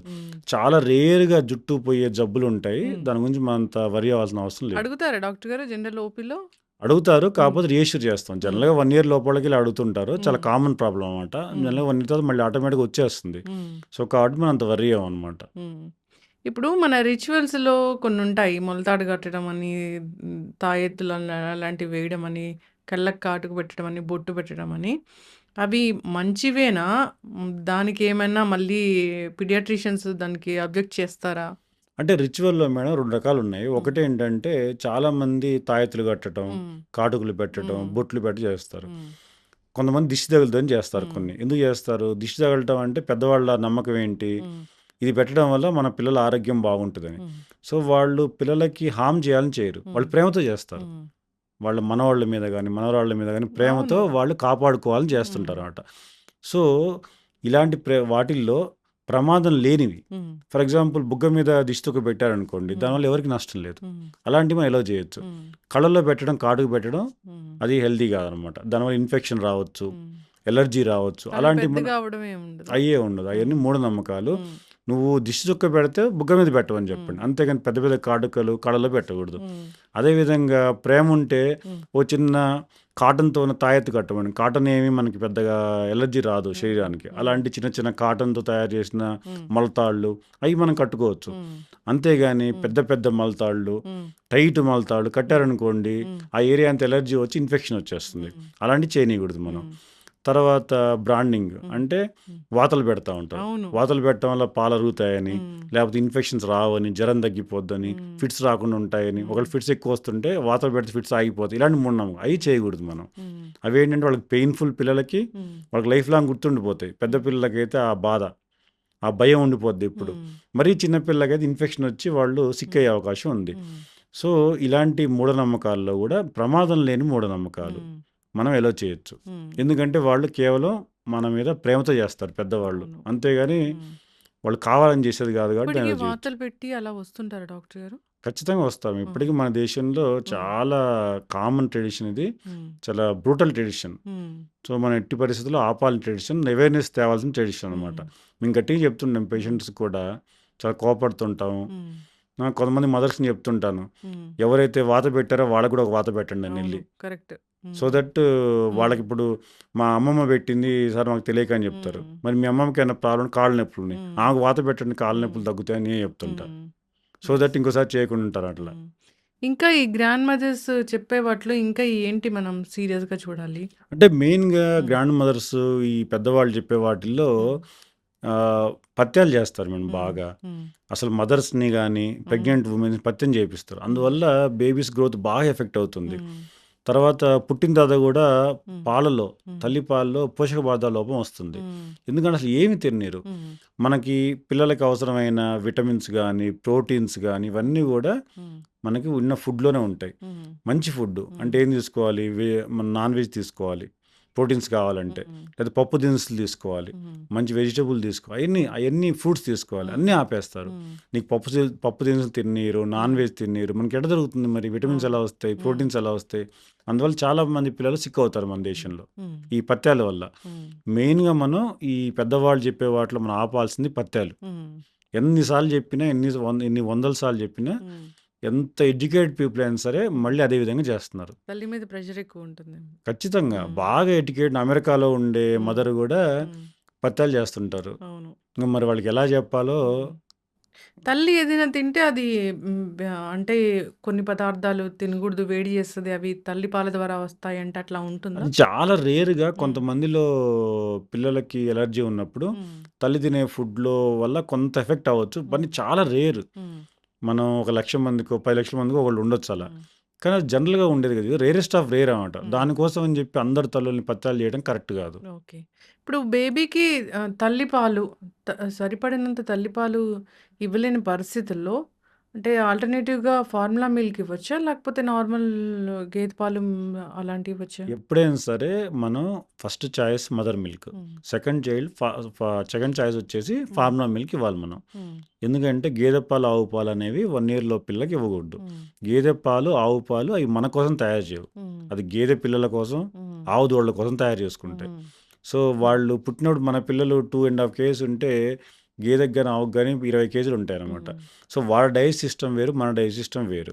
అందువల్ల ఈ పాలు, ఆవు పాలు, గేదె పాలలో కానీ ఫ్యాట్ ఎక్కువ ఉంటుంది. అది ప్రోటీన్స్ ఎక్కువ ఉంటాయి. అది అసలు చిన్నపిల్లలు అరిగించుకోలేరు. అరిగించుకోవడానికి మన డైట్ సిస్టమ్కి 1 year పడుతుంది. అందువల్ల జనరల్గా 1 year లోపు వాళ్ళకి ఇవ్వకూడదు. ఇవ్వాలంటే ఏం చేయాలి? మనకున్న ఫార్ములా మిల్క్ అంటే ఏంటి? ఆవు పాలు, గేదె పాలు వీటిల్లోంచే దాన్ని ఒక మిషన్‌లో పెట్టేసి ఏవైతే హానికరమైన ప్రోటీన్స్‌ని, ఫ్యాట్‌ని తీసేసి తయారు చేస్తారు. సో నథింగ్ బట్ గాలిలోని తయారు చేయరు కదా! ఫార్ములా మిల్క్ కూడా వాటి నుండే వస్తుంది. రిఫైన్ చేస్తారు. ఏదైతే బ్యాడ్ పదార్థాలు తీసేసి అవసరమైన విటమిన్స్, మినరల్స్‌కి యాడ్ చేసి పిల్లలకి ఇస్తారు. అందువల్ల ఎప్పుడైనా మదర్ మిల్క్ ఫస్ట్, లేదంటే ఫార్ములా మిల్క్ 1 year వరకు. 1 year తర్వాత ఆవు పాలు, గేదె పాలు తీసుకోవచ్చు. ఇప్పుడు ఫార్ములా మిల్క్‌లో సఫిషియెంట్‌గా అన్ని విటమిన్స్, అన్ని మినరల్స్ అన్ని ఉంటాయా? ఖచ్చితంగా ఉంటాయి. నిజం చెప్పాలంటే మదర్ మిల్క్ కన్నా కూడా ఎక్కువ యాడ్ చేస్తారు. కాల్షియం ఎక్కువ యాడ్ చేస్తారు, ఐరన్ ఎక్కువ యాడ్ చేస్తారు. మదర్ మిల్క్‌లో తక్కువ ఉంటుంది. కాకపోతే ఏంటంటే మదర్ మిల్క్‌లో న్యాచురల్‌గా వచ్చే ఇమ్యూనిటీ ఎక్కువ ఉంటుంది. యాంటీబాడీస్ ఎక్కువ ఉంటాయి. ప్లస్ పిల్లలు మదర్ మిల్క్ ఎక్కువ టాలరేట్ చేస్తారు. ఆ అడ్వాంటేజ్లు మదర్ మిల్క్ ఉంటుంది. ఇక విటమిన్స్, మినరల్స్ అంటే మనం కలిపేదే కదా, మనం తయారు చేసేది కాబట్టి అవసరమన్నీ యాడ్ చేస్తారు. అవును. ఆ మధ్య మనం ఒకటి చూసాం డాక్టర్ గారు. ఇప్పుడు చాలా అప్పుడే పుట్టిన పిల్లలు తల్లిపాలు సరిపోవట్లేదని ఫార్ములా మిల్క్ ఇచ్చారు 2 కవల పిల్లలకి. ఇవ్వగానే కాసేపటికి వాళ్ళు పడుకొని నిద్రపోయారు, చనిపోయారని. అంటే అక్కడ ఏం చూసాం డాక్టర్ గారు? అట్లా పడుకొని చనిపోవడం అనేది మిల్క్ ఇవ్వగానే. ఇద్దరు పిల్లలు చిన్న చనిపోయారు. 2 పిల్లలు చనిపోయారు. అది ఇంపాసిబుల్. యాక్చువల్ అది జరగడం అవకాశం లేదు. ఒకవేళ మిల్క్ ఇచ్చినా కూడా చనిపోయారంటే యాస్పిరేషన్, ముక్కులోంచి ఇలా వచ్చాయి. యాస్పిరేషన్ అంటే సడన్ గా వామిటింగ్ చేసేసి యాస్పిరేట్ చేసి అవ్వచ్చు. అలా జరిగే అవకాశం ఉంది. ఎవరికైనా అవ్వచ్చు. తల్లిపాలు ఇచ్చినా అవ్వచ్చు, ఏ పాలు ఇచ్చినా అవ్వచ్చు. అది కామనే. కాదు 2 పిల్లలు అయిందన్నది మనం కొద్దిగా అది కొంత వింతగానే ఉంది. కానీ అలా జరిగే అవకాశం అయితే లేదు. 1 ఇయర్ అయిపోయింది అది జరిగి. అది జనరల్‌గా కూడా చెప్తారేంటంటే, పాలిచ్చిన తర్వాత ఒక ప్రాసెస్ అనేది ఖచ్చితంగా చేయాలి. వాళ్ళకి త్రేన్పొచ్చేంత వరకు మనం వాళ్ళని బర్పింగ్ ఆ! చేయాలి. అవును. అది ఎందుకంటే ఇప్పుడు మన చెప్తారా డాక్టర్ గారు మీరు? 100% ఆ! చెప్తాము. హ్మ్. కాకపోతే చాలా మందికి అసలు బర్పింగ్ ఎన్ని సార్లు చెప్పినా కూడా తెలియదు హ్మ్. Proper technique. అసలు బర్పింగ్ అంటే ఏంటో తెలియదు. హ్మ్. అసలు బర్పింగ్ ఎందుకు చేయాలంటే, హ్మ్. పాలు తాగినప్పుడు హ్మ్. వాళ్ళు సకింగ్ యాక్షన్ చేస్తారు ఇలా హ్మ్. మౌత్. హ్మ్. అప్పుడు పాలు ఎంత తీసుకుంటారో అంతకన్నా డబుల్ ఎయిర్ తీసుకుంటారు. హ్మ్. ఎయిర్ సక్ చేస్తుంటారు హ్మ్. పొట్టలోకి. హ్మ్. సో, మనం పొట్ట ఇలా పాలు తాగింది ఉబ్బిందంటే, హ్మ్. అందులో 50% మిల్క్ ఉంటే 50% గ్యాసే ఉంటుంది. హ్మ్. సో, ఆ గ్యాస్ ఉండటం వల్ల వాళ్ళు బాగా ఇబ్బంది పడుతుంటారు. హ్మ్. అందువల్ల ప్రాపర్‌గా మనం భుజాన వేసుకొని ఒక హ్మ్. 15-20 మినిట్స్ బర్ప్ చేయాలి. హ్మ్. లేకపోతే ఆ గ్యాస్ వల్ల వాళ్ళు వామిటింగ్ చేయటం, హ్మ్. అన్‌కంఫర్టబుల్ యాడ్ అవుట్ ఇవి చేస్తుంటారు. హ్మ్. సో, ప్రాపర్ బర్పింగ్ టెక్నిక్ నేర్పించడం చాలా అవసరం. హ్మ్. అది ఖచ్చితంగా పీడియాట్రిషియన్ రెస్పాన్సిబిలిటీ. హ్మ్. పీడియాట్రిషియన్‌లే చేయాలి అది. ఓకే. బర్పింగ్ అంటే ఒక 20 మినిట్స్ అలా చేయాల్సింది. ఖచ్చితంగా చేయాలి. హ్మ్. ప్రతిసారి చేయాలి. హ్మ్. చాలామంది ఏం చేస్తారంటే మేము 20 మినిట్స్ చెప్తే 5 మినిట్స్ చేస్తారు. అవును. 5 మినిట్స్ చెప్తే 1 మినిట్ చేస్తారు. హ్మ్. అది రాంగ్ టెక్నిక్ చేస్తారు హ్మ్. పూర్తిగా. లేదంటే ప్రతిసారి చేయమంటే హ్మ్. 1 ఆర్ 2 టైమ్స్ చేస్తారు. హ్మ్. ఎందుకంటే బేసికల్‌గా మదర్స్‌కి కూడా చాలా ఓపిక ఉండదు. చాలా హ్మ్. వాళ్ళు చాలా అలసిపోయి ఉంటారు కదా! హ్మ్. బర్పింగ్ ఫాదర్స్ కూడా చేయొచ్చు. హ్మ్. గ్రాండ్ ఫాదర్ ఎవరైనా చేయొచ్చు హ్మ్. బర్పింగ్. మదరే చేయాలని కూడా ఏం లేదు. హ్మ్. సో, అందువల్ల మేము ఫాదర్స్ కూడా నేర్పిస్తుంటాం 1 ఇయర్ బర్పింగ్. వరకు చేయాల్సిందే. జనరల్‌గా 4, 5 మంత్స్ వరకు అవసరం అవుతుంది. హ్మ్. అంటే యెస్. ఇప్పుడు ఒకవేళ వామిటింగ్ అయింది డాక్టర్ గారు. వెంటనే ఏం చేయాలసలు? అంటే వామిటింగ్ అయితే ఇమ్మీడియేట్‌గా హ్మ్. మనం చేసేదేం లేదు. హ్మ్. మనం వాళ్ళని కొద్దిగా స్టెబిలైజ్ చేయాలి. హ్మ్. కంగారు పడొద్దు ఫస్ట్ హ్మ్. మనం. వామిటింగ్స్ పిల్లల్లో చాలా కామన్. హ్మ్. జస్ట్ క్లీన్ చేసి జస్ట్ వెయిట్ చేయండి. హ్మ్. ఇమ్మీడియేట్‌గా మళ్ళీ మిల్క్ ఇవ్వటం అలా చేయకూడదు. హ్మ్. మనం వెయిట్ చేస్తే జనరల్‌గా 99% వామిటింగ్స్ ఎటు హార్మ్‌ఫుల్‌గా ఏమి ఉండవు. హ్మ్. ఒకవేళ వామిటింగ్ చేసి ఏదైనా ఇమ్మీడియేట్ కాఫ్ స్టార్ట్ ఆ! అయిందనుకోండి, అది యాస్పిరేషన్ అనమాట. ఆ! అంటే మిల్క్ అంతా ఊపిరితిత్తులకు పోయిందని. హ్మ్. అలాంటప్పుడు ఇమ్మీడియేట్‌గా పీడియాట్రిషియన్ దగ్గరికి తీసుకొని రావాలి. హ్మ్. దగ్గు కంటిన్యూయస్‌గా అంతే వస్తుంది. కదా! హ్మ్. ఇమ్మీడియేట్‌గా హ్మ్. వామిటింగ్ తర్వాత కాఫ్ వస్తుందంటే హ్మ్. మిల్క్ హ్మ్. యాస్పిరేట్ చేసిన అర్థం. ఓకే. ఇప్పుడు ఫీడింగ్ బేబీస్ కూడా అదే. ఇప్పుడు ఖచ్చితంగా. హ్మ్. ఫీడింగ్ బేబీ 1, వా 2 సార్లు కాఫ్ అనేది నార్మల్. హ్మ్. వస్తుంది పిల్లల్లో. హ్మ్. కంటిన్యూయస్‌గా ఫీడింగ్ తర్వాత కంటిన్యూయస్ కాఫ్ వస్తే ఖచ్చితంగా హ్మ్. మనం వామిటింగ్ తర్వాత కాఫ్ కంటిన్యూయస్‌గా వస్తుంటే హ్మ్. యాస్పిరేషన్ సస్పెక్ట్ చేయాలి. ఇప్పుడు కొంతమంది బేబీస్‌కి ఫుడ్ ఇవ్వగానే మీ వీడియోస్‌లో కూడా చూసాను నేను. ఫోర్స్‌ఫుల్‌గా వామిటింగ్ అయితది. ముక్కు నుంచి, నోటి నుంచి కూడా వామిటింగ్ అవుతూ ఉంటది. అది డేంజరా? అంటే ఖచ్చితంగా హ్మ్. డేంజరే. హ్మ్. అయితే 6 మంత్స్ లోపు పిల్లల్లో ఇది చాలా కామన్. హ్మ్. దీన్ని జీఈఆర్‌డీ అంటారు. గ్యాస్ట్రో ఈసోఫాగల్ రిఫ్లెక్స్ అంటారు. హ్మ్. ఎందుకంటే వాళ్ళకి హ్మ్. పాలని ఎళ్లి పొట్టలో ఉంచుకునే శక్తి తక్కువుంటుంది. హ్మ్. గ్యాస్ట్రో ఈసోఫాగల్ రిఫ్లెక్స్ వల్ల వాళ్ళేం చేస్తారు ఇమ్మీడియేట్‌గా హ్మ్. తాగగానే బయటికి కక్కేస్తుంటారు. హ్మ్. ఇది చాలా కామన్ పిల్లల్లో. హ్మ్. కాకపోతే చాలా మందిలో ఏంటంటే కొద్ది హ్మ్. కొద్ది క్వాంటిటీ బయటకొస్తుందనమాట. హ్మ్. అందువల్ల మనం వెయిట్ బాగా పెరిగి యాక్టివ్‌గా ఉంటే పట్టించుకోవాల్సిన అవసరం లేదు. ఎప్పుడైతే 6 మంత్స్ ఏజొచ్చిందో సాలిడ్స్ స్టార్ట్ చేస్తాం కదా! హ్మ్. అప్పుడు ఈ వామిటింగ్స్ హ్మ్. ఆటోమేటిక్ కంట్రోల్ అయిపోతాయి. ఓకే. ఎక్కువ లిక్విడ్స్ తీసుకున్నప్పుడే ఎక్కువ వామిటింగ్స్ వచ్చే అవకాశం ఉందనమాట. హ్మ్. సో, ఎవరైతే కంటిన్యూయస్‌గా వామిటింగ్ చేయటం, హ్మ్. ఆ వామిటింగ్ చేయటం వల్ల మాటి మాటికి కొరబోవటం, హ్మ్. లేదా వెయిట్ సరిగ్గా గెయిన్ కాకపోవడం, హ్మ్. అలాంటి వాళ్ళకి మాత్రం హ్మ్. సీరియస్‌గా ఎవాల్యుయేట్ చేస్తాం మేము. హ్మ్. యెస్. తినిపించేటప్పుడు కొరబోతే అసలేం చేయాలి? ఏదన్నా టెక్నిక్ అంటే ఏమన్నా అంటే ఉంటుందా? తినిపించేటప్పుడు హ్మ్. కొరబోవటానికి జనరల్‌గా కొద్ది కొద్ది కాఫ్ రావడం మనం పట్టించుకోవాల్సిన అవసరం భయపడాల్సిన అవసరం లేదు. హ్మ్. ఇక సివియర్ కాఫ్ వస్తే దాన్ని మనం యాస్పిరేషన్‌గా తీసుకొని హ్మ్. మామూలు ట్రీట్మెంట్ ఏదన్నా ఇన్ఫెక్షన్ ఉంటే న్యూమోనియా ఉంటే ఇన్ఫెక్షన్‌లు, హ్మ్. ఆక్సిజన్ సపోర్ట్ హ్మ్. అలాంటివి ఇస్తుండాలి. ఓకే. రీసెంట్‌గా మీరొక రీల్ పోస్ట్ చేశారు వ్యాక్సిన్స్ గురించి. ఆ! అంటే ఆ రీల్ 1,000,000 ఎళ్ళింది. ఎందుకంటే అన్ని డౌట్స్ ఉన్నాయన్నమాట హ్మ్. జనాలకి. హ్మ్. అంటే వ్యాక్సిన్ అనేది మంచిదని కొందరు, మంచిది కాదని కొందరు అంటూ ఉన్నారు. ఇప్పుడు నేను ఆల్టర్‌నేటివ్ మెడిసిన్ డాక్టర్స్‌ని ఇంటర్వ్యూ చేసినప్పుడు వ్యాక్సిన్స్ మంచియి కాదు అని అంటారు.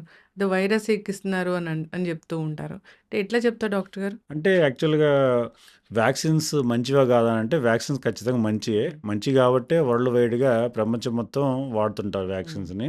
సో, వ్యాక్సిన్ సేఫ్ కూడా. హ్మ్. అసలు వ్యాక్సిన్స్‌తోని మీకేదన్నా ఇబ్బందొచ్చిందంటే హ్మ్. ఇంతవరకు మేము ఒకటి కూడా చూడలే. హ్మ్. నా 10 ఇయర్స్ ప్రాక్టీస్‌లో నేను చూడలేదు. హ్మ్. మాక్సిమం వస్తే ఏదైనా ఫీవర్ రావటం, అందువల్ల హ్మ్. కొన్ని ఫిట్స్ రావటం అలాంటివి కామన్‌గా వస్తుంటాయి. ఫీవర్ హ్మ్. వస్తే ఎవరికైనా వస్తాయి అవును. పిల్లలకి. అంతే తప్పితే మేజర్ రిస్క్ అయితే ఇంతవరకు మేము చూడలేదు. రిపోర్ట్ కూడా కాలేదు ఇంతవరకు హ్మ్. అసలు అలాంటివి. చాలా రేరెస్ట్ ఆఫ్ రేర్ అనమాట అవి. హ్మ్. సో, వ్యాక్సిన్ హార్మ్‌ఫుల్ అన్నది కరెక్ట్ కాదు. హ్మ్.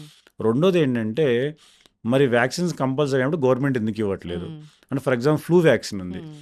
ఫ్లూ వ్యాక్సిన్ చాలా కాస్ట్‌లీ వ్యాక్సిన్. హ్మ్. సో, గవర్నమెంట్ ఏం చూస్తుంది మనకి? ఈ వ్యాక్సిన్ ఇవ్వటం వల్ల ఎంతమందికి ఉపయోగం అవుతుంది? ఒకవేళ ఎక్కువ మందికి ఉపయోగం ఉందనుకోండి, ఎంతైనా స్పెండ్ చేసి మనకి వ్యాక్సిన్ ఇచ్చేస్తుంది గవర్నమెంట్ అవసరమైతే. కానీ ఫ్లూ లాంటివి ఏంటంటే 99% ఎటువంటి ఇబ్బంది కలిగించవు. కానీ ఎవరికో ఒకళ్ళకి ఒక 1000 మెంబర్స్‌లో, 2000 మెంబర్స్‌లో ఫ్లూ వచ్చిన వాళ్ళలో ఖచ్చితంగా సిక్ అయిపోతారు. సిక్ అయిపోయి వెంటిలేటర్ దాకా వెళ్ళిపోతారు వాళ్ళు. సో, కాబట్టి ఆ ఒక్కళ్ళిద్దరికి ఇబ్బంది అవుతుంది. సో, 99% మందికి ఏం కాకపోయినా ఒకళ్ళిద్దరు సిక్ అయిపోతారు. అందువల్ల ఎఫర్ట్ చేసి మనం ఏపించుకోవాలంటే ఫ్లూ వ్యాక్సిన్ లాంటివి ఏపించుకోవచ్చు. మొదట్లో నేను కూడా ఎంకరేజ్ చేసేవాడిని కాదు. కానీ తర్వాత ఈ వైద్యం నాలెడ్జ్ అవేర్నెస్ పెరిగిన కొద్దీ ఏమనిపిస్తుందంటే రేర్గా చూస్తాం, ఇయర్లీ ఒక కేసు చూస్తాం ఫ్లూ. చాలా బాగా సీరియస్గా ఉంటారు. వాళ్ళు కార్పొరేట్ హాస్పిటల్కి వెళ్ళి వెంటిలేట్ అయ్యి చాలామంది చనిపోయిన కూడా చూసాం. సో, ఎవరో ఒకళ్ళు మనం కామన్ అని చెప్పలేము, కానీ ఇయర్లీ 1 or 2 కేసులు మేము చూస్తూనే ఉంటాం. సో, ఆ ఒక్కళ్ళకి మాత్రం అది 100% లైఫ్ సేవర్ అవుతుంది అనమాట.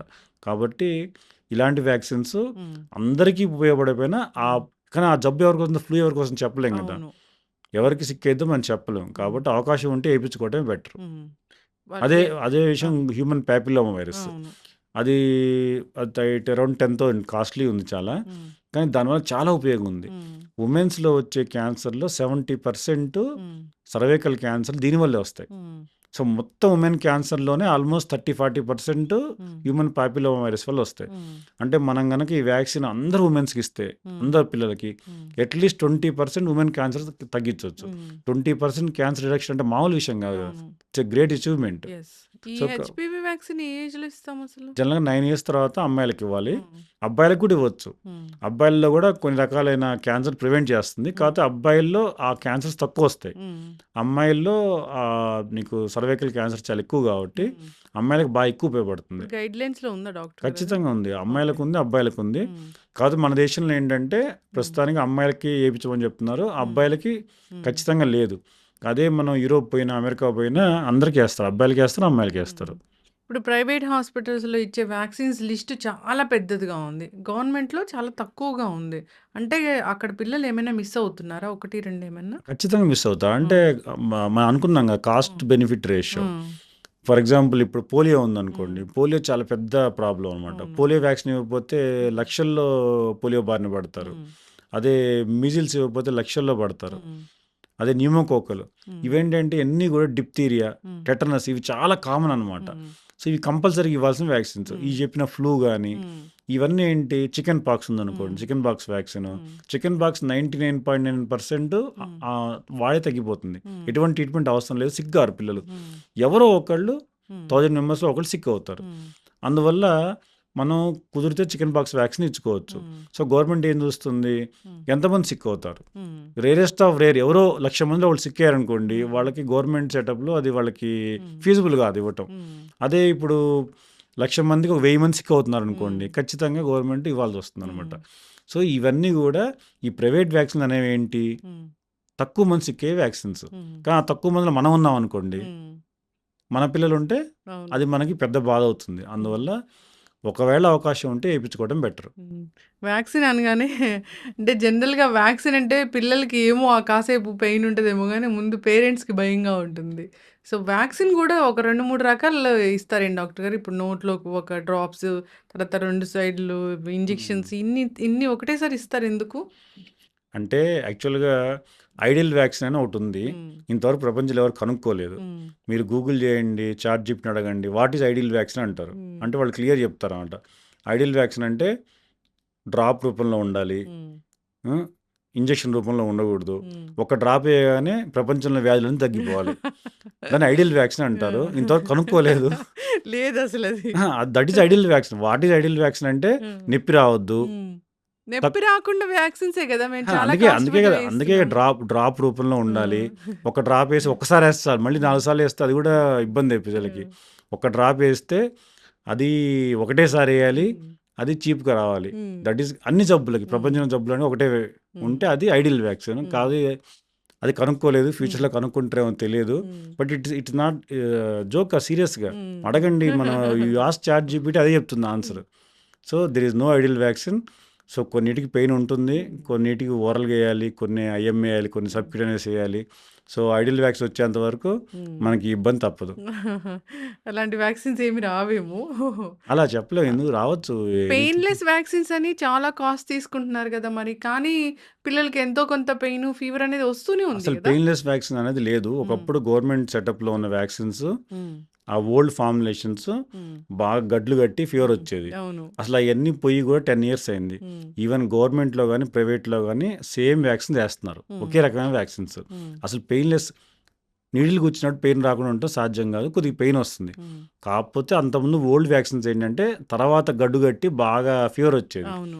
ఆ వ్యాక్సిన్స్ లేవు. కాబట్టి పెయిన్లెస్ వ్యాక్సిన్ అంటే మీరు గుచ్చిన తర్వాత కూడా పెయిన్ లేకపోవడం అనేది సాధ్యం కాదు. ఎంతో కొంత పెయిన్ అయితే ఉంటుంది. అసలు ఆ పదమే తప్పు, పెయిన్లెస్ వ్యాక్సిన్ అనే పదమే లేదు. ఇప్పుడు వ్యాక్సిన్ కోసం వెళ్ళేటప్పుడు ఏమైనా ప్రిపరేషన్ అనేది ఉండాలా? వ్యాక్సిన్ కోసం జనరల్గా అయితే మేము మార్నింగ్ టైంలో రమ్మని చెప్తాం అనమాట. ఎందుకంటే మార్నింగ్ టైంలో వ్యాక్సిన్ వేస్తే ఏదైనా ఫీవర్ వచ్చినా ఈవినింగ్ మనం మళ్ళీ వచ్చి చూపించుకోవడం ఉంటుంది. అది ఈవినింగ్ నైట్ వేయించామనుకోండి, నైట్ ఏదైనా ఫీవర్ ఉన్నా ఇబ్బంది ఉన్నా కొద్దిగా ఇబ్బంది పడతారు. అందువల్ల మేము మెయిన్గా ఏం చెప్తామంటే మేము చెప్పే మార్నింగ్ టైంలో వచ్చి వేయించుకోమని చెప్తాం.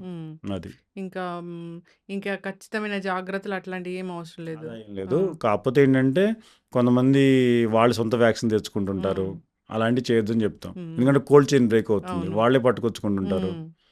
సో అలా కాకుండా ఇమ్మీడియట్గా మేమే వేస్తామని చెప్తాం.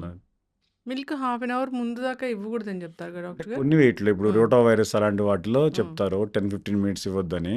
మిగతా వ్యాక్సిన్స్కి ఏం అవసరం ఉండదు. ఇప్పుడు వ్యాక్సిన్ ఇచ్చి ఇప్పుడు డ్రాప్స్ వేశారు, వామిటింగ్ అయిందనుకోండి, కొన్ని వ్యాక్సిన్ డ్రాప్స్ రూపంలో ఉంటాయి కదా, వామిటింగ్ అవుతే మళ్ళీ వెంటనే వేయించాల్సిన అవసరం అంటే అది ఉంటుందా? యాక్చువల్గా ఏంటంటే 20-30% ఎక్స్ట్రానే ఇస్తారు వాళ్ళు. ఖచ్చితంగా పిల్లలు వామిటింగ్ చేయకుండా ఉండరు, కొంత వామిటింగ్ చేస్తారు. వాళ్ళు ఉన్నదానికన్నా 20%, 30% అది వాళ్ళు క్యాలిక్యులేట్ చేసుకొని వాళ్ళు రీసెర్చ్లోనే ఎంత ఎంత తీసుకోవడం ఒక ఐడియా ఉంటుంది, పర్సెంట్ జనరల్ యావరేజ్. దాని ప్రకారం కొంత ఎక్కువే ఇస్తారు. ఎగ్జాక్ట్గా 100% పోవాలని లేదు, ఖచ్చితంగా 20-30% వేస్ట్ ఉంటుంది ఎప్పుడైనా సరే. ఇప్పుడు వ్యాక్సిన్ వేసిన దగ్గర కోల్డ్ కంప్రెషన్ అలాంటివి ఇవ్వచ్చా? ఖచ్చితంగా. అంటే ఫస్ట్ 1 డే వరకు మనం కోల్డ్ కంప్రెషన్ ఇవ్వచ్చు. సెకండ్ డే నుండి వాపు ఉంటే మనం కొద్దిగా హాట్ వాటితో పెట్టాల్సి వస్తుంది, వేడి తాపడం అంటారు, అవి చేయాలి. ఫీవర్ వస్తే వ్యాక్సిన్ పనిచేస్తున్నట్లా? అలా ఏం లేదు. ఫీవర్ అనేది న్యాచురల్ రియాక్షన్, కొంతమందికి వస్తుంది, రాదు. చాలామంది ఫీవర్ రాదు అసలు. ఓకే. ఎస్ డాక్టర్ గారు చాలా చక్కగా చెప్పారండి. అయితే ఇక మనం మాట్లాడుకోవాల్సింది ఏంటంటే ఈ చికెన్ పాక్స్ అనే దాని గురించి చాలా మిత్స్ ఉన్నాయి. చికెన్ పాక్స్ వస్తే పిల్లలకి డాక్టర్ దగ్గర తీసుకెళ్లాల్సిన పని లేదు, ఇంట్లోనే వేపాకులు, పసుపు వీటితోనే తగ్గిపోతుంది అనేది ఒకటి ఉంటూ ఉంది. వ్యాక్సిన్ వేసినా చికెన్ పాక్స్ అనేది వస్తుందా? వస్తే నిజంగానే డాక్టర్ దగ్గర తీసుకెళ్లకుండా తగ్గించుకోవచ్చా ఇంట్లో? చికెన్ పాక్స్ అనేది వ్యాక్సిన్ వేస్తే 99% రాదు. ఒకవేళ వస్తే మాత్రం మైల్డ్గా వస్తుంది, సివియర్గా రాదు. రావచ్చు రేర్ కేసుల్లో, మళ్ళీ సెకండ్ టైం వ్యాక్సిన్ వేసినా వచ్చే అవకాశం ఉంది, కానీ చాలా మైల్డ్గా ఉంటుంది.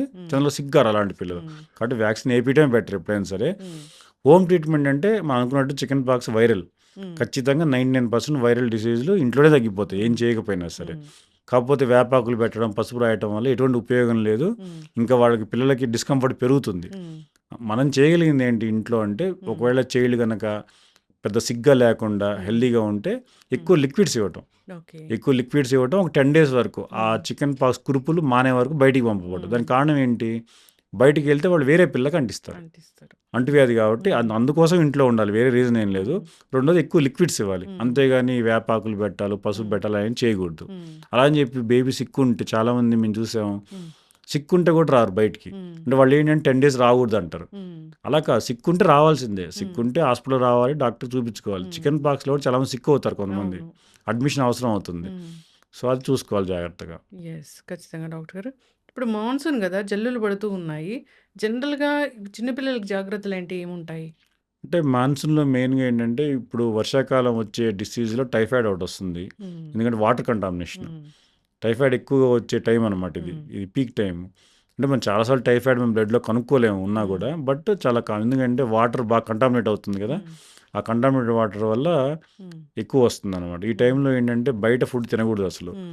బయట స్ట్రీట్ వెండర్ దగ్గర. ఎందుకంటే వాళ్ళు చాలా అన్‌హైజీనిక్‌గా చేస్తారు అవును. ఫుడ్ ఇప్పుడు ప్రిపరేషన్. మనం పెద్ద పెద్ద హోటల్స్‌లోనే చూస్తున్నాంగా.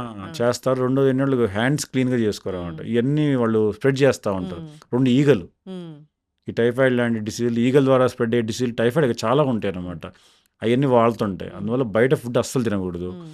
వాటర్ కుదిరితే మరీ చిన్న 2 ఇయర్స్ లోపు వాళ్ళకైతే హ్మ్. కాచి చల్లార్చి ఇవ్వటం బెటర్ హ్మ్. ఈ టైంలో. వాటర్ గురించి ఇంత మెజర్ ఇంత ఇప్పుడు 6 మంత్స్ దాకా వాటర్ ఇవ్వకూడదని చెప్తూ యెస్. ఉంటారు. అవును. 1 ఇయర్ అట్లా ఇంతే ఇవ్వాలి, పర్ డే ఇంత ఇవ్వాలి, అట్లా మెజర్ అనేది ఏమైనా ఉంటుందా? అలా ఏం లేదులే గానీ రఫ్ గైడ్‌లైన్స్ ఉన్నాయి. హ్మ్. ఓ 6 మంత్స్ వరకు వాటర్ అవసరం లేదు. ఎందుకంటే మిల్క్‌లో 90% వాటరే ఉంటుంది కాబట్టి హ్మ్. స్పెషల్‌గా అవసరం లేదు. హ్మ్. 6 మంత్స్ నుండి 1 ఇయర్ వరకైతే హ్మ్. 500 నుండి 750 ఎంఎల్ వాటర్ రఫ్‌గా అవసరం ఉంటుందన్నమాట. హ్మ్. ఎలా లెక్క పెట్టాలంటే మనం సింపుల్‌గా ఒక బాటిల్‌లో వాటర్ పెట్టేసి ఫుడ్ తిన్న తర్వాత కొద్ది సిప్స్ ఆఫ్ వాటర్ ఇవ్వాలి. హ్మ్. ప్రతిసారి ఫుడ్ తినంగానే పిల్లలకి వాళ్ళే కొంత సిప్స్ తీసుకుంటారనమాట. అలా మనం రఫ్‌గా ఒక 750 ఎంఎల్ దాకా అవసరం అవుతుంది. హ్మ్. తర్వాత మనం 1 ఇయర్ అండ్ 3 ఇయర్స్ మధ్య వాళ్ళకి 1-1.5 లీటర్స్ అవసరం అవుతుంది. హ్మ్. 3-8 వరకు 1.5-2. హ్మ్. 8 ఇయర్స్ తర్వాత కూడా 2-2.5 అవసరం అవుతుందన్నమాట. హ్మ్. 15 ఇయర్స్ తర్వాత 3 లీటర్స్ 4 లీటర్స్ తాగుతారు వీళ్ళు. హ్మ్. సో రఫ్ గైడ్‌లైన్స్ అనమాట ఇవి. హ్మ్. ఇప్పుడు పీడియాట్రిషియన్ అంటే ఎంత ఏజ్ వరకు వస్తారు 18 ఇయర్స్ పీడియాట్రిక్స్ ఎప్పుడైనా 18. 18. హ్మ్. 18 ఇయర్స్ వరకు పిల్లలు అక్కడికి రావాలి. రావాలి కానీ ఆ! జనరల్‌గా 50 కేజీస్ తర్వాత హ్మ్. వాళ్ళు ఇక ఆ డోస్ అనేది అడల్ట్ డోస్‌కి మారిపోతుంది. హ్మ్. 40-50 కేజీస్ వరకు పీడియాట్రిక్ డోస్‌లో ఉంటాయి మెడిసిన్స్. హ్మ్. ఒక్కసారి 50 కేజీస్, 40 కేజీస్ దాటితే సేమ్ అడల్ట్ మెడికేషన్ వాడుకోవాల్సొస్తుంది. ఓకే. ఇప్పుడు పళ్ళ ఇష్యూ గురించి వస్తారా డాక్టర్ గారు మీ దగ్గరికి? వస్తారు ఆ! చాలా మంది ఏమేమి వస్తారు. ఉంటాయి అసలు ఆ కాంప్లికేషన్స్? అంటే మెయిన్‌గా పళ్ళలో హ్మ్. పుచ్చుపళ్ళు ఉంటాయి ఆ! పిల్లలకి. వాళ్ళేంటంటే ఎక్కువ ఇవి హ్మ్. క్యాండీస్, ఐస్ క్రీమ్ తినటం, ఎక్కువ షుగరీ ఐటెమ్స్ తినటం, హ్మ్. లేదంటే నైట్ మన హ్మ్. మిల్క్ బాటిల్ ఎక్కువ నోట్లో పెట్టుకొని ఉంటారు నైట్ హ్మ్. అంతా. దానివల్ల హ్మ్. ఎక్కువ డికే వస్తుందన్నమాట. హ్మ్. అవి ఎక్కువ పుచ్చుపళ్ళు వాళ్ళు వస్తారు. హ్మ్. అంటే ఈ పళ్ళొచ్చేటప్పుడు ఫీవరొస్తది, పళ్ళొచ్చేటప్పుడు మోషన్స్ అవుతాయి అట్లా చెప్తారు గదా! అవునా? యాక్చువల్‌గా ఏంటంటే అది హ్మ్. కొంతవరకు నిజమే. హ్మ్. కానీ చాలా వరకు అబద్ధం అన్నమాట హ్మ్. అది. అవునా? ఆ! నిజం, అబద్ధం. హ్మ్. కొంతవరకు నిజం. హ్మ్. కొంతవరకు ఎందుకు నిజం అంటే హ్మ్. పళ్ళొచ్చే టైంలో ఏమవుతుందంటే హ్మ్. ఎప్పుడొస్తాయి పళ్ళు 6 మంత్స్ తర్వాత పళ్ళు రావడం స్టార్ట్ హ్మ్. అవుతది. 6 మంత్స్ నుండి 2 ఇయర్స్ మధ్య పళ్ళు వస్తా అవును. ఉంటాయన్నమాట. ఫస్ట్ 6 మంత్స్‌లో ఏమవుతుంది హ్మ్. బేబీస్‌లో మదర్ యొక్క ఇమ్యూనిటీ ఉంటది. హ్మ్. మెటర్నల్ యాంటీబాడీస్ ఉంటాయి. హ్మ్. So, immunity బాగుంటదన్నమాట. 6 మంత్స్ తర్వాత ఆ ఇమ్యూనిటీ పోతుంది. హ్మ్. సో, ఈ వాతావరణం ఎక్స్‌పోజ్ అవ్వంగానే ఇక హ్మ్. రకరకాల ప్రాబ్లమ్స్ హ్మ్. వామిటింగ్స్ కావచ్చు, మోషన్స్ కావచ్చు ఇలాంటివి వస్తుంటాయన్నమాట. హ్మ్. సో, పళ్ళొచ్చే టైంకి ఇవి జరుగుతుంటాయి. హ్మ్. సో, ఇమ్యూనిటీ తగ్గటం వల్ల అనమాట. దీన్ని చూసి చాలామంది హ్మ్. ఏమనుకుంటారు హ్మ్. పళ్ళకి దీనికి సంబంధం పెడతారు. హ్మ్. అదొక కారణం. రెండో కారణం ఏంటంటే అన్నీ నోట్లో పెట్టుకుంటా ఉంటారు ఈ టైంలో హ్మ్. పిల్లలు. సో, అందువల్ల ఏది పడితే అది నోట్లో పెడతారు. అందువల్ల కూడా నార్మల్ బ్యాక్టీరియల్ ఇన్ఫెక్షన్‌లు వస్తాయి. వైరల్ ఇన్ఫెక్షన్స్ వస్తుంటాయి. హ్మ్. మోషన్స్ అవ్వటం, వామిటింగ్స్. హ్మ్. అది కూడా ఎప్పుడు జరుగుతది? ఈ టైంలోనే 1-2 ఇయర్స్ మధ్య జరుగుతుంటాయి ఈ హ్మ్. కామన్‌గా. సో, ఇయన్నీ కూడా ఆ పళ్ళొచ్చే టైంకి హ్మ్. కోయిన్సైడ్ అవ్వటం వల్ల దానికి దీనికి లింక్ పెట్టేశారనమాట. హ్మ్. అది వాస్తవం. వాళ్ళు ఏది అబద్ధం అంటే మన ఆ! మిత్ అనమాట. ఆ! కొంత నిజం ఏంటంటే హ్మ్. పళ్ళొచ్చేటప్పుడు కొంత వాళ్ళకి బాగా సెలైవా వస్తుంటది. హ్మ్. ఆ సెలైవాని మింగుతారు. ఆ హ్మ్. మింగటం వల్ల కొద్దిగా మోషన్స్ హ్మ్. లూజ్‌గా వస్తాయి. హ్మ్. అంటే అదేం పెద్ద హార్మ్‌ఫుల్ గాదు. హ్మ్. సో, కొద్దిగా లూజ్ మోషన్స్ రావటం అనేది నార్మల్. అది హ్మ్. నిజం. హ్మ్. ఆహ్, వాళ్ళకి బ్రష్ అనేది చెయ్యాల్సిందేనా? బ్రష్ చేయాలి. బ్రష్ అనేది హ్మ్. యాక్చువల్‌గా బ్రషింగ్ ఎప్పుడు చేయాలన్నది అసలు ఎవ్వరికీ తెలీదు. హ్మ్. ఎందుకంటే చాలామందికి దాని మీద చాలా మిత్స్ ఉన్నాయి. హ్మ్. కరెక్ట్ అవగాహన లేదు. హ్మ్. బ్రషింగ్ ఎప్పుడైనా 6 మంత్స్ నుంచి స్టార్ట్ చేయాలి. హ్మ్. ఎప్పుడైతే ఫస్ట్ దంతం రాగానే మనం హ్మ్. బ్రషింగ్ స్టార్ట్ చేసేయాలి. హ్మ్. 6 మంత్స్ లోపు కూడా బ్రషింగ్ చేయాలి. ఎట్లా అంటే హ్మ్. క్లీన్ క్లాత్ తీసుకొని మొత్తం మనం గమ్స్ క్లీన్ చేయాలి పాలు తాగిన తర్వాత. ఓకే. లేదా ఫింగర్ హ్మ్. బ్రష్ అని దొరుకుతుంది ఒకటి. అవును. దాంతో 6 మంత్స్ లోపల క్లీన్ చేయాలి హ్మ్. దవడలు మొత్తం పాలు హ్మ్. తాగగానే. 6 మంత్స్ తర్వాత మనం బ్రషింగ్ స్టార్ట్ చేయాలి. హ్మ్. ఒక్క దంతం ఉన్నా సరే హ్మ్. మనం బ్రషింగ్ స్టార్ట్ చేయాలి. హ్మ్. కాకపోతే ఫ్లోరైడ్ లేని పేస్ట్ ఉంటాయన్నమాట హ్మ్. మనకి చిన్న పిల్లలకి. మరి బేబీ పేస్ట్ పేస్ట్ వాడాల్సిందే. అంటే ఉంటాయి. ఆ! అవైలబుల్ ఉంటాయి. ఇది హ్మ్. మనం 6 మంత్స్ టు 2 ఇయర్స్ వాళ్ళకి కూడా పేస్ట్ ఉంటుంది. హ్మ్. కాకపోతే చాలా తక్కువ వితౌట్ ఫ్లోరైడ్ అనమాట. హ్మ్. ఎందుకంటే ఏ పేస్ట్‌లోనైనా ఫ్లోరైడ్ ఉన్న పేస్ట్ వాడటం బెటర్. హ్మ్. పిల్లలు గాని, పెద్దోళ్ళు గాని. హ్మ్. కానీ 2 ఇయర్స్ లోపోళ్ళు ఏందంటే ఆ పేస్ట్ మింగుతారు కొద్దిగా. అవును. అందువల్ల ఫ్లోరైడ్ కొద్దిగా మింగటం వల్ల ఇబ్బందులొస్తాయి. హ్మ్. ఫ్లోరైడ్ లేని పేస్ట్ వాడాలి. సాఫ్ట్ బ్రష్‌లు దొరుకుతాయి. హ్మ్. 2 ఇయర్స్ లోపు పిల్లలకి. హ్మ్. ఆ బ్రష్‌తో ఫ్లోరైడ్ లేని పేస్ట్‌ని హ్మ్. కొద్దిగా ఒక రైస్ గింజంత హ్మ్. పెట్టి మనం దగ్గరుండి తల్లిదండ్రులు చేయాలి. ఎందుకంటే 2 హ్మ్. ఇయర్స్ లోపు వాళ్ళు చేసుకోలేరు కాబట్టి మనమే వాళ్ళకి హ్మ్. బ్రషింగ్ చేయాలి డైలీ. ఉదయం ఉదయం, సాయంత్రం 2 సార్లు చేయాలి మనం. హ్మ్. పిల్లలకి స్నానం గూడా 2 టైమ్స్ చేయించాలి. వీక్లీ వన్స్ హెడ్ బాత్ చేయించాలి అనేది మనం వింటూ ఉన్నాము. హ్మ్. డైలీ హెడ్ బాత్ చేస్తే ఏమైనా ప్రాబ్లమా? ఏం ప్రాబ్లమ్ ఏమి ఉండదు. హ్మ్. డైలీ హెడ్ బాత్ చేసేవాళ్ళు కూడా చాలామంది ఉంటారు. ఓకే. అటువంటి ఇబ్బంది ఏమి ఉండదు. యెస్. అయితే డాక్టర్ గారు చోకింగ్ గురించి మనం చాలా వీడియోస్ అవును. చూసాము. చాలా ఇబ్బందులు పడిన వాళ్ళని గూడా చూసాము. హ్మ్. చోకింగ్ గురించి ఏం చెప్తారు డాక్టర్ గారు? చోకింగ్ అనేది చాలా కామన్ పిల్లల్లో. ప్లస్ బాగా డెడ్లీ అనమాట. టైం ఉండదు. హ్మ్. ఇమ్మీడియట్‌గా సిక్ అయిపోతారు. హ్మ్. మెయిన్‌గా పాప్‌కార్న్స్, హ్మ్. చిన్నపిల్లలు చోకింగ్ అయ్యి, హ్మ్. పీనట్స్, హ్మ్. తర్వాత వాళ్ళ డ్రై ఫ్రూట్స్ హ్మ్. ఇవి ఎక్కువ అవుతుంటాయి. హ్మ్. యాక్చువల్‌గా మేము కూడా అంటే లైవ్‌గా చూసామనమాట. చోకింగ్ అలా జరిగి సడెన్‌గా సిక్ అయినోళ్ళని కూడా హాస్పిటల్స్‌లో చూసాం మేము. హ్మ్. ఇమ్మీడియేట్‌గా తిని వెంటనే సిక్ అయినోళ్ళని. సో, ఎప్పుడైనా సరే 5 ఇయర్స్ లోపు వాళ్ళకి నట్స్ గానీ, హ్మ్. ఈ పాప్‌కార్న్స్ గానీ, హ్మ్. ఇలాంటి వాటి ఇవ్వకూడదు. హ్మ్. తర్వాత ప్లాస్టిక్ ఐటెమ్స్ కూడా పిల్లలు ఆడుకుంటూ చిన్న చిన్న ప్లాస్టిక్ ఐటెమ్స్ ఉంటే వాళ్ళు నోట్లో యేసుకుంటారనమాట. హ్మ్. సో, అయన్నీ మనం జాగ్రత్తగా గమనించుకొని ఉండాలి. యెస్. నార్మల్, అబ్నార్మల్ మాట్లాడుకుంటే పిల్లలు ఒక 14 మంత్స్‌కి నడవాలి. నడవకపోతే అబ్నార్మలా? అంటే జనరల్‌గా దాంట్లో గూడా హ్మ్. ఒక 3, 4 మంత్స్ డిలే అవ్వటం నార్మల్ పిల్లల్లో. హ్మ్. ప్రీటర్మ్ బేబీ అనుకోండి, హ్మ్. వాడు ఎర్లీగా పుట్టారనుకోండి కొద్దిగా లేట్‌గా నడుస్తారాళ్ళు. హ్మ్. సో, అది గూడా చూసుకోవాలి మనం. ఆ హ్మ్. బేబీ బర్త్ వెయిట్ ఎంతుంది, హ్మ్. ఎప్పుడు పుట్టాడో చూసుకోవాలి. హ్మ్. ముందు పుట్టిన పిల్లలు ప్రీమెచ్యూర్ 2, 3 మంత్స్, 4 మంత్స్ లేట్ అవుతారు. హ్మ్. అలాంటిది మనం వెయిట్ చేయొచ్చు. హ్మ్. వాళ్ళకి నడక నేర్పించాలా మనం? అదేం లేదు. గనక హ్మ్. వాళ్ళు నేర్చుకుంటారు కదా! హ్మ్. ఇబ్బందేం ఉండదు. ఏదో వాకర్స్ ఇవ్వాలి అట్లా? అంటే వాకర్స్ గురించి ఏంటంటే, హ్మ్. అసలు వాకర్స్ ఇవ్వద్దని చెప్తారు చాలా హ్మ్. వరకు. హ్మ్. వాకర్స్ వల్ల చాలా ప్రాబ్లమ్స్ ఉన్నాయని. హ్మ్. ఎందుకంటే మొదటగా పిల్లలు అసలు వాళ్ళు నడక నేర్చుకునేటప్పుడు హ్మ్. కాలు పెట్టేసి నేల ఎలా ఉంది, హ్మ్. దాని టెక్స్చర్ ఎలా ఉంది అయన్నీ నేర్చుకోవాలి. అది పార్ట్ ఆఫ్ లెర్నింగ్ అనమాట. హ్మ్. నడవటం అన్నది వాళ్ళ గ్రోత్‌లో ఒక పార్ట్. ఓ హ్మ్. లెర్నింగ్ ప్రాసెస్ అది. సో, దాన్ని ఆర్టిఫిషియల్‌గా మనం హ్మ్. దాంట్లో కూర్చోబెట్టి, ప్రాపర్‌గా వాడు నడవకుండా చేసి, హ్మ్. అది వాడి డెవలప్‌మెంట్ కొద్దిగా దెబ్బతింటుంది. హ్మ్. అంతకన్నా మెయిన్ ప్రమాదం ఏంటంటే, హ్మ్. ఆ వాకర్స్ ఫాస్ట్‌గా మూవ్ అవుతుంటారు. అవును. మూవ్ అయిపోయి, ఎళ్ళిపోయి వాళ్ళు మెట్ల మించి కింద పడిపోవటం, హ్మ్. అలాంటివి చూసాము. జరుగుతుంటాయన్నమాట. అవును. కింద పడి చాలా. దెబ్బలు తగులుతుంటాయి హ్మ్. బాగా. ఇంజ్యూరీస్ అవుతుంటాయి. హ్మ్. సో, ఇంజ్యూరీస్ అవ్వడం ఒకటి. రెండోదేంటి నేచురల్‌గా వాడు నడిచి, హ్మ్. వాళ్ళు నేర్చుకోవాలన్నమాట నడక. హ్మ్. అందువల్ల వాకర్స్ ఇవ్వకపోవటమే బెటరు. హ్మ్. పిల్లలకి 3 టైమ్స్ ఫుడ్ ఇవ్వాలి. హ్మ్. అంటే 3 టైమ్స్ కూడా రైసే పెట్టాలా? అలా కాదు. అంటే హ్మ్. ఎప్పుడైనా సరే పిల్లలకి 3 టైమ్స్ ఫుడ్, హ్మ్. మేజర్ మీల్స్, 2 స్నాక్స్ అంటే 5 టైమ్స్ ఇవ్వటం బెటర్ ఎప్పుడైనా సరే. హ్మ్. ఒకేసారి ఎక్కువ పెట్టం కన్నా గూడా హ్మ్. కొద్ది కొద్ది క్వాంటిటీలో ఎక్కువ టైమ్స్ 5 టైమ్స్ 3 మేజర్ మీల్స్, హ్మ్. 2 స్నాక్స్ మొత్తం 5 టైమ్స్ అవుతాయి. హ్మ్. మన ఈజీ డైజెషన్ కోసం అనమాట. హ్మ్. సో, రైస్‌తో పాటు మనం రాగి పెట్టొచ్చు. హ్మ్. ఓట్స్ పెట్టొచ్చు. హ్మ్. తర్వాత వీట్ పెట్టొచ్చు. హ్మ్. చపాతీ ఏవైనా పెట్టొచ్చు. హ్మ్. అదేం లేదు. అన్నీ హ్మ్. పెట్టొచ్చు. ఇప్పుడు రీల్స్‌లో చూసి చాలా కాంబినేషన్ ఆఫ్ ఫుడ్స్ అవన్నీ చేస్తూ ఉంటారు కదా డాక్టర్ గారు. అవును. అవి అవి పెట్టొచ్చా అట్లా? ఖచ్చితంగా పెట్టొచ్చు. ఎందుకు హ్మ్. పెట్టకూడదు? ఫుడ్ అనేది పిల్లలకి డిఫరెంట్ టైప్స్ ఆఫ్ ఫుడ్ మనం అలవాటు చేయాలి. హ్మ్. Different texture, different colour, different taste హ్మ్. అలవాటు చేయాలి మనం. అంతేగాని వాళ్ళకి సెపరేట్ ఫుడ్డు తయారు చేయడం అట్లా ఏమొద్దు. లేదు అసలు హ్మ్. ఎవరికైనా పిల్లలకి గానీ, పెద్దవాళ్ళకి గానీ హ్మ్. చాలా కొన్ని కామన్ ప్రిన్సిపల్స్ ఉంటాయి. హ్మ్. అవసరమైనంత కార్బోహైడ్రేట్స్ తినాలి. హ్మ్. అవసరమైనంత ప్రోటీన్స్ తినాలి. హ్మ్.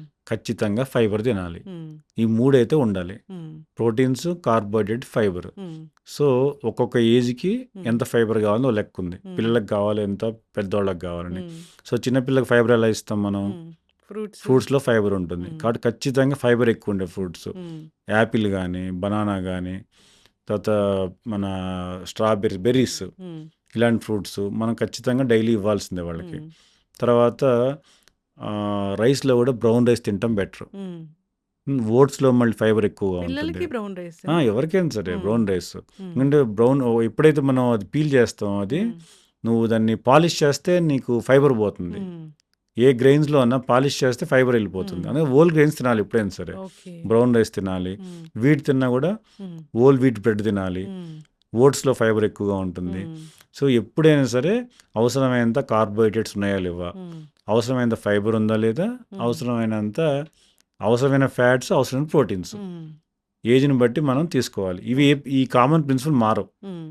ఎవరికైనా సరే ఇవి పెద్దవాళ్ళైనా, చిన్నోళ్ళైనా, హ్మ్. ముసలివాళ్ళైనా హ్మ్. ఈ కాంబినేషన్ మనం మారకూడదు. హ్మ్. సో, ఏ ఫుడ్ తిన్నా గూడా హ్మ్. ఎక్కువ ప్రోటీన్ ఉండి, తక్కువ ఫైబర్ ఉండి తినకూడదు. హ్మ్. అలా తింటే ఇండైజెషన్ వచ్చేస్తుంది. అవును. ఎక్కువ ఫ్యాట్ ఉండి, తక్కువ ప్రోటీన్ తింటే హ్మ్. ఓవర్ వెయిట్, అవును. ఒబేసిటీ వచ్చేస్తుంది. ఎక్కువ కార్బోహైడ్రేట్స్ తిని తక్కువ ప్రోటీన్ తిన్నా ఒబేసిటీ వస్తుంది. సో అన్నీ కూడా బ్యాలెన్స్డ్గా తినాల్సిందే. ఇప్పుడు పిల్లలకి ఏదైనా డాక్టరు ఖచ్చితంగా టెస్టులు చెప్పారు చేయించాలంటే మనము కాస్త ఆలోచిస్తాము నేను ఈ టెస్టులు అవసరమా అని. అవసరమా డాక్టర్ గారు? ఖచ్చితంగా టెస్ట్లు అవసరమే. ఎందుకంటే ఎప్పుడు అవకాశం దొరికినా నేనైతే నా పేషెంట్కి ఏం చెప్తారంటే కొన్ని టెస్టులు, ఒక సిబిపి బ్లడ్ టెస్ట్ ఒకటి, తర్వాత అల్ట్రాసౌండ్ అబ్డామిన్, ఒక చిన్న కడుపు నొప్పి ఉన్నాను చేయించుకోమని చెప్తాను నేను. తర్వాత గుండె స్కాన్ ఒకటి, 2D ఎకో ఒకటి, తర్వాత మామూలుగా ఏదైనా క్రియాటినిన్ అంటే కిడ్నీస్ టెస్ట్లు, లివర్ ఎల్ఎఫ్టీస్ అంటారు, బేసిక్ టెస్ట్లు ఉంటాయి, థైరాయిడ్ ఒకటి. ఇవి నేను ఏమాత్రం అవకాశం దొరికినా చేయించుకోమని చెప్తాను. ఎందుకంటే చాలా డిసీజులు మనకి కనపడవు అనమాట. కనపడకుండా చాలామందికి బ్లడ్ తక్కువ ఉంటుంది. అది మనం బ్లడ్ టెస్ట్ చేస్తే కానీ మనం చూసి చెప్పలేం. కొంతమంది చూడగానే పేలుగా ఉంటారు, అర్థమైపోతుంది. చాలామందికి అసలు బ్లడ్ తక్కువ ఉన్న విషయం కూడా తెలియదు మనకి. సో ఆ బ్లడ్ చూస్తేనే తెలుస్తుంది. తర్వాత బ్లడ్ని చూసి మనం చాలా డిసీజులు చెప్పొచ్చు.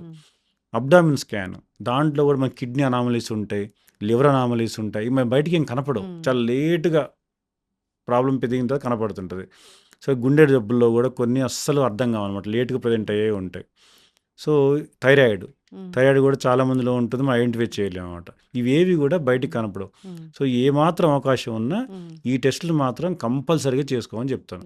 అట్లా చాలా మంది నష్టపోయాం. మొన్న ఒక పేషెంట్ చూసాం మేము, పుట్టినప్పుడు మా దగ్గరికి వస్తాడు, దాదాపు ఒక 50 times వచ్చినాడు, 7 years బాబు. సో ఎప్పుడు కోల్డ్ కాఫ్ అని వస్తాడు, ఎప్పుడు మనం ఎక్స్రే తీస్తాం, ఇంజక్షన్లు పెడతాం, యాంటీబయాటిక్స్ ఇస్తాం, జరుగుతుంది. 7 years కడుపు నొప్పి, ఫస్ట్ టైం కడుపు నొప్పి వచ్చింది. స్కాన్ చేస్తే కిడ్నీస్లో మేజర్ ప్రాబ్లం ఉంది. ఈ నీడ చిన్నప్పుడే సర్జరీ అవసరం వాడికి, ఆల్రెడీ కిడ్నీస్ పూర్తి డ్యామేజ్ అయిపోయినాయి. అసలు మనం ఒక్కసారి కూడా అల్ట్రాసౌండ్ చేసే అవకాశం రాలే. అదే తనకి ఏదన్నా చిన్నప్పుడే ఏదో ప్రాబ్లం వస్తే కడుపు నొప్పి అంటే ఎప్పుడు చేసేవాళ్ళం మనం. సో అప్పుడు అనిపించింది మాకు అనమాట, ఒక్క స్కాన్ చేస్తే బాగుండేదే. అందుకే ఇప్పుడు కొత్త కాన్సెప్ట్ ఏమంటే కార్పొరేట్ హాస్పిటల్స్లో కానీ అసలు రొటీన్ టెస్ట్లు, నార్మల్ న్యూ బార్న్స్కి ఒక అల్ట్రాసౌండ్ ఒకటి, ఒక 2D ఒకటి, థైరాయిడ్, ఇవన్నీ కామన్ అనమాట. న్యూరోసోనోగ్రామ్, బ్రెయిన్ ఎలా ఉంది, అవసరం అని కాదు, చేసుకుంటే చేస్తారు కదా డాక్టర్ గారు. అన్నీ చేయరు కదా.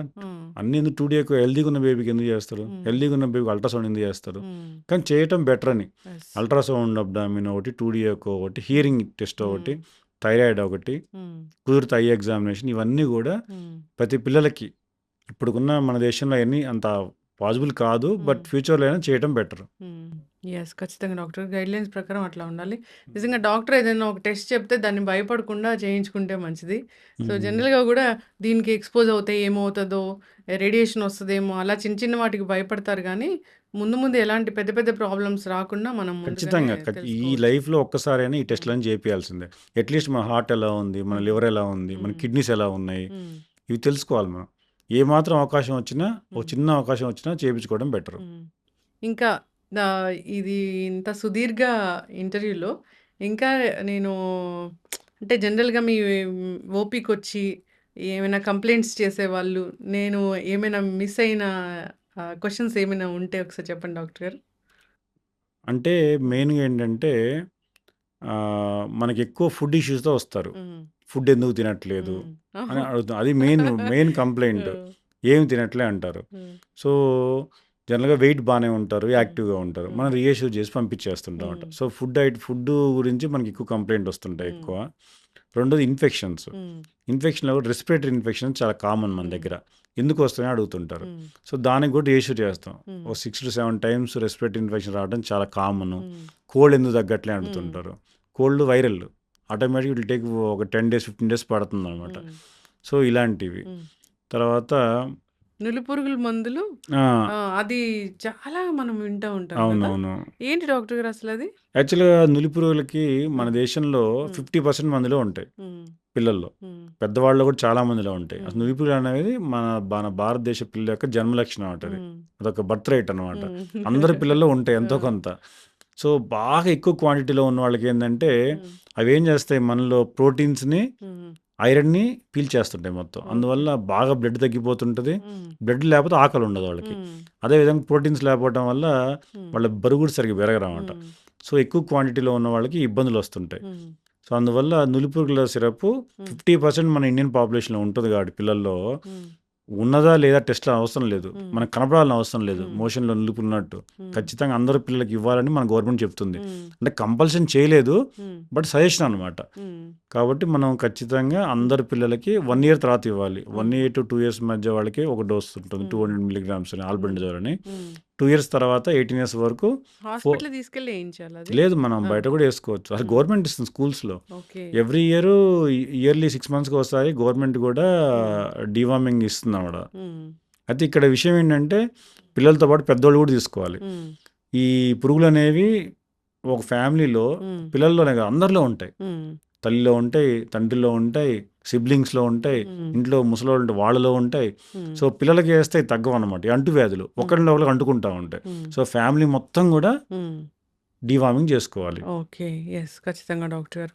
సో, కొంతమంది చిన్న చిన్న పిల్లల్లో అక్కడక్కడ తెల్ల వెంట్రుకలు అంటే బేబీస్‌లో గూడా ఒక 2 ఇయర్స్ బేబీలో గూడా మనం చూస్తాము. ఎందుకు? అవి నార్మల్ అవేం ఆ! మనం దాని సీరియస్ ఇష్యూ భయపడాల్సిన కాదు. ఆ! కొన్ని రేర్ డిసీజుల్లో ఆ! నీకు వైట్ ప్యాచెస్ వస్తుంటాయి అన్నమాట. హ్మ్. జెనెటిక్ డిసీజులు. అవి హ్మ్. Rarest of rare. హ్మ్. మనతో దాని గురించి వరీ అవ్వాల్సిన ఫేస్ అవసరం మీద లేదు. గూడా ఒక్కొక్కసారి కొంతమందికి వైట్ ప్యాచెస్ వస్తాయి. వస్తుంటాయి. వైట్ ప్యాచెస్‌లో హ్మ్. 99% అది హ్మ్. పి ఆల్బా అంటారు. హ్మ్. పిట్రియస్ ఆల్బా చాలా కామన్ కండిషను. హ్మ్. ఆ సెల్ఫ్ లిమిటింగ్. మనం ఏం చేయకపోయినా తగ్గిపోద్ది. హ్మ్. మనం ఏం చేయొచ్చు? హ్మ్. మాయిశ్చరైజర్ రాసుకుంటే సరిపోతుంది. హ్మ్. రెండోది ఏంటంటే సన్‌లో పోయినప్పుడు బాగా పెరుగుతాయన్నమాట అవి. హ్మ్. సో, బాగా ఎక్కువ సేపు సన్‌లో ఎక్స్‌పోజ్ అయ్యే అవకాశం ఉంటే సన్ స్క్రీన్ పెట్టుకోవాలి. హ్మ్. సన్ స్క్రీన్ పెట్టుకోవడం ఎక్కువ సన్‌లో ఉంటే హ్మ్. లేదంటే మాయిశ్చరైజర్ రాసుకోవటం. హ్మ్. ఇంకా రేర్‌గా మనకి ఫంగల్ ఇన్ఫెక్షన్స్, హ్మ్. విటిలిగో అంటారు. ఆ హ్మ్. టైం ఇలాంటివి ఉన్నాయి. అవి చాలా రేర్ 1% మందిలో ఉంటాయి. హ్మ్. సో, దాని వస్తాయా గురించి వరీ డాక్టర్ గారు అవ్వద్దు. అసలది? వస్తాయి. చిన్న విటిలిగో పిల్లలు. వస్తాయి. హ్మ్. ఫంగల్ ఇన్ఫెక్షన్స్ కాదు రేర్ 1%. హ్మ్. 99% అవి సెల్ఫ్ లిమిటింగ్. మనం హ్మ్. పెద్ద పట్టించుకోవాల్సిన అవసరం లేదు. హ్మ్. Black patches, blue colour patches, Mongolian patches అవి అంటారా? కామన్ గదా! ఆ! అవి పిల్లల్లో అసలు చాలా హార్మ్ గాదు నార్మల్. గదా! నార్మల్ అవన్నీ. అంటే అవేర్‌నెస్ లేదు. జనరల్‌గా దానికి గూడా భయపడే వాళ్ళని గూడా మనం చూసాము. దానికి ఆ! భయపడే వాళ్ళున్నారు. పెద్ద ఆ! పెద్ద క్యాన్సర్ గడ్డలున్నా గూడా ఆ! పట్టించుకోని వాళ్ళున్నారు అవన్నీ. పట్టించుకోనోళ్ళు. అవును. మన దేశంలో అన్ని రకాల ప్రజలుంటారు. యెస్. చిన్న పిల్లల్లో డయాబెటిస్ హ్మ్. చిన్న పిల్లల్లో డయాబెటిస్ అనేది మనం మోస్ట్ కామన్‌గా చూస్తూ ఉన్నామా? అది జెనెటికల్‌గా వస్తదా? నిజంగానే వస్తే దాన్ని తగ్గించలేమా డాక్టర్ గారు? అంటే అట్లాంటి పేషెంట్స్ చాలా వస్తుంటారా? కామన్ ఏం గాదు గానీ వస్తూనే ఉంటుంది. హ్మ్. జెనెటికల్ అని చెప్పలేం గానీ రకరకాల కారణాలు. హ్మ్. జెనెటిక్ ఫ్యాక్టర్స్ ఉంటాయి. హ్మ్. ఎన్విరాన్మెంటల్ ఫ్యాక్టర్స్ రకరకాల ఫ్యాక్టర్స్ ఉంటాయి. హ్మ్. Multi factorial. హ్మ్. కామన్ గాదు గానీ వస్తూనే ఉంటాయి. హ్మ్.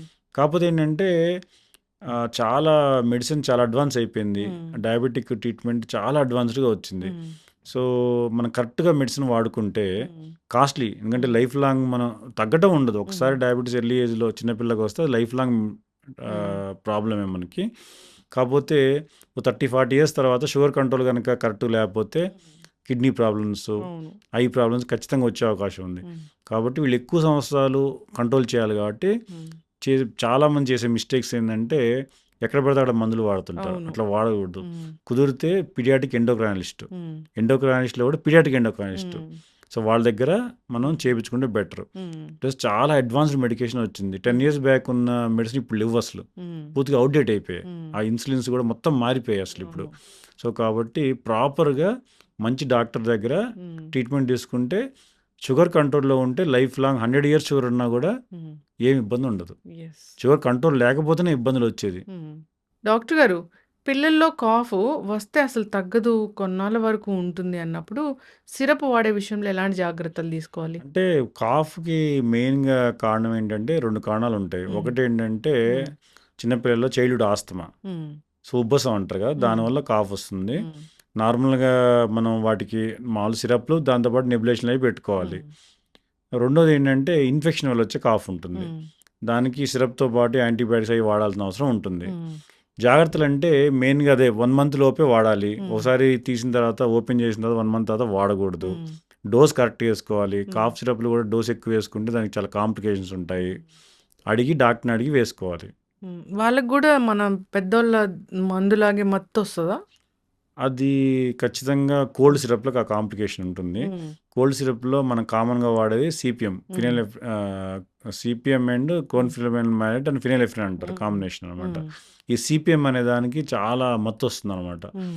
సో, అందువల్ల నీకు యూరోప్‌లో గాని, అమెరికాలో గాని హ్మ్. అసలు ఈ మెడిసిన్ 6 మంత్స్ లోపు వాళ్ళకి ఇవ్వరసలు. హ్మ్.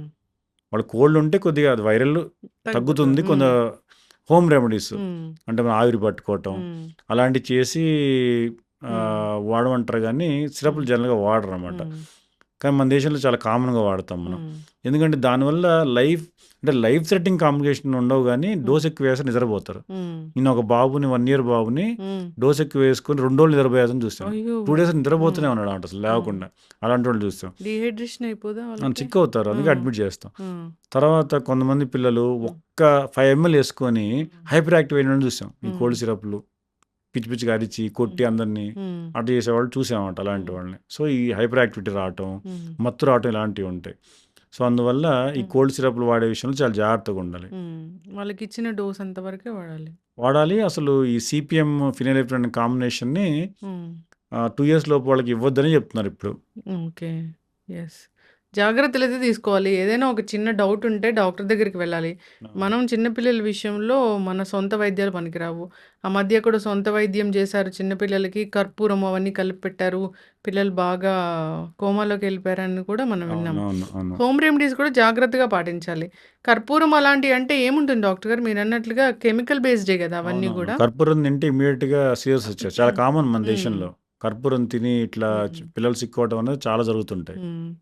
పిల్లల్లో సీజర్స్ అనేది మనం మోస్ట్ కామన్ గా చూస్తాము. చాలా కామన్ సీజర్స్ అనేవి జ్వరం తర్వాత, ఇక దగ్గు జలుబు జ్వరం తర్వాత మనం చూసే 3వ జబ్బు ఈ మనకి సీజర్స్. ఎప్పుడైనా పిల్లల్లో చాలా కామన్ గా ఉంటాయి. 5 years లోపు వాళ్ళకి ఫీవర్తో పాటు ఫీవర్ రావడం చాలా కామన్. 99% ఇవే ఉంటాయి. మిగతా వాళ్ళకి తప్పులు ఏం చేస్తాం డాక్టర్ గారు ఇంటి దగ్గర మేము? అంటే సీజర్స్ వచ్చినప్పుడు చాలా మందికి తాళం చేతులు పెట్టడాలు అలాంటివి చేస్తాయి. అవన్నీ మూఢనమ్మకాలు, అవన్నీ చేయకూడదు. సో కొంతమంది ఏంటంటే ఇమీడియట్గా రాకుండా ఇలాంటి సొంత వైద్యాలు చేస్తుంటారు. అవి చేయకూడదు, ఇమీడియట్గా డాక్టర్ దగ్గర తీసుకొచ్చేసేయాలి. ఎస్, ఖచ్చితంగా డాక్టర్ గారు. చక్కటి ఇన్ఫర్మేషన్ అండి. పెద్ద ఇంటర్వ్యూ, మీరు చిన్న చిన్న రీల్స్లో చిన్న చిన్న ఇన్ఫర్మేషన్ మంచిగా ఇస్తూ ఉంటారు. మేమైతే మాకు ఇన్ఫర్మేషన్ కావాలి కాబట్టి పెద్ద లాంగ్ ఇంటర్వ్యూ చేశాను. కానీ సిరీస్ అనేది కంటిన్యూ చేద్దాం డాక్టర్ గారు. డిఫరెంట్ టాపిక్స్ మీద చేద్దాము. మనం జనరల్గా ఒక ర్యాండమ్గా ఒక జనరల్ ఇన్ఫర్మేషన్ లాగా చేసాము. సిరీస్ కంటిన్యూ చేద్దాము.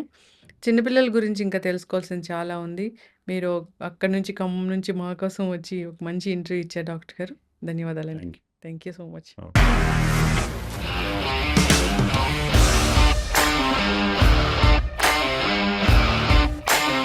ఇండస్ట్రీలో కమిట్మెంట్ ఇష్యూస్ వస్తే నీకు కూడా వచ్చినట్టు? మార్నింగ్ తీసుకెళ్ళాడంటే కొట్టి పడేసాడు.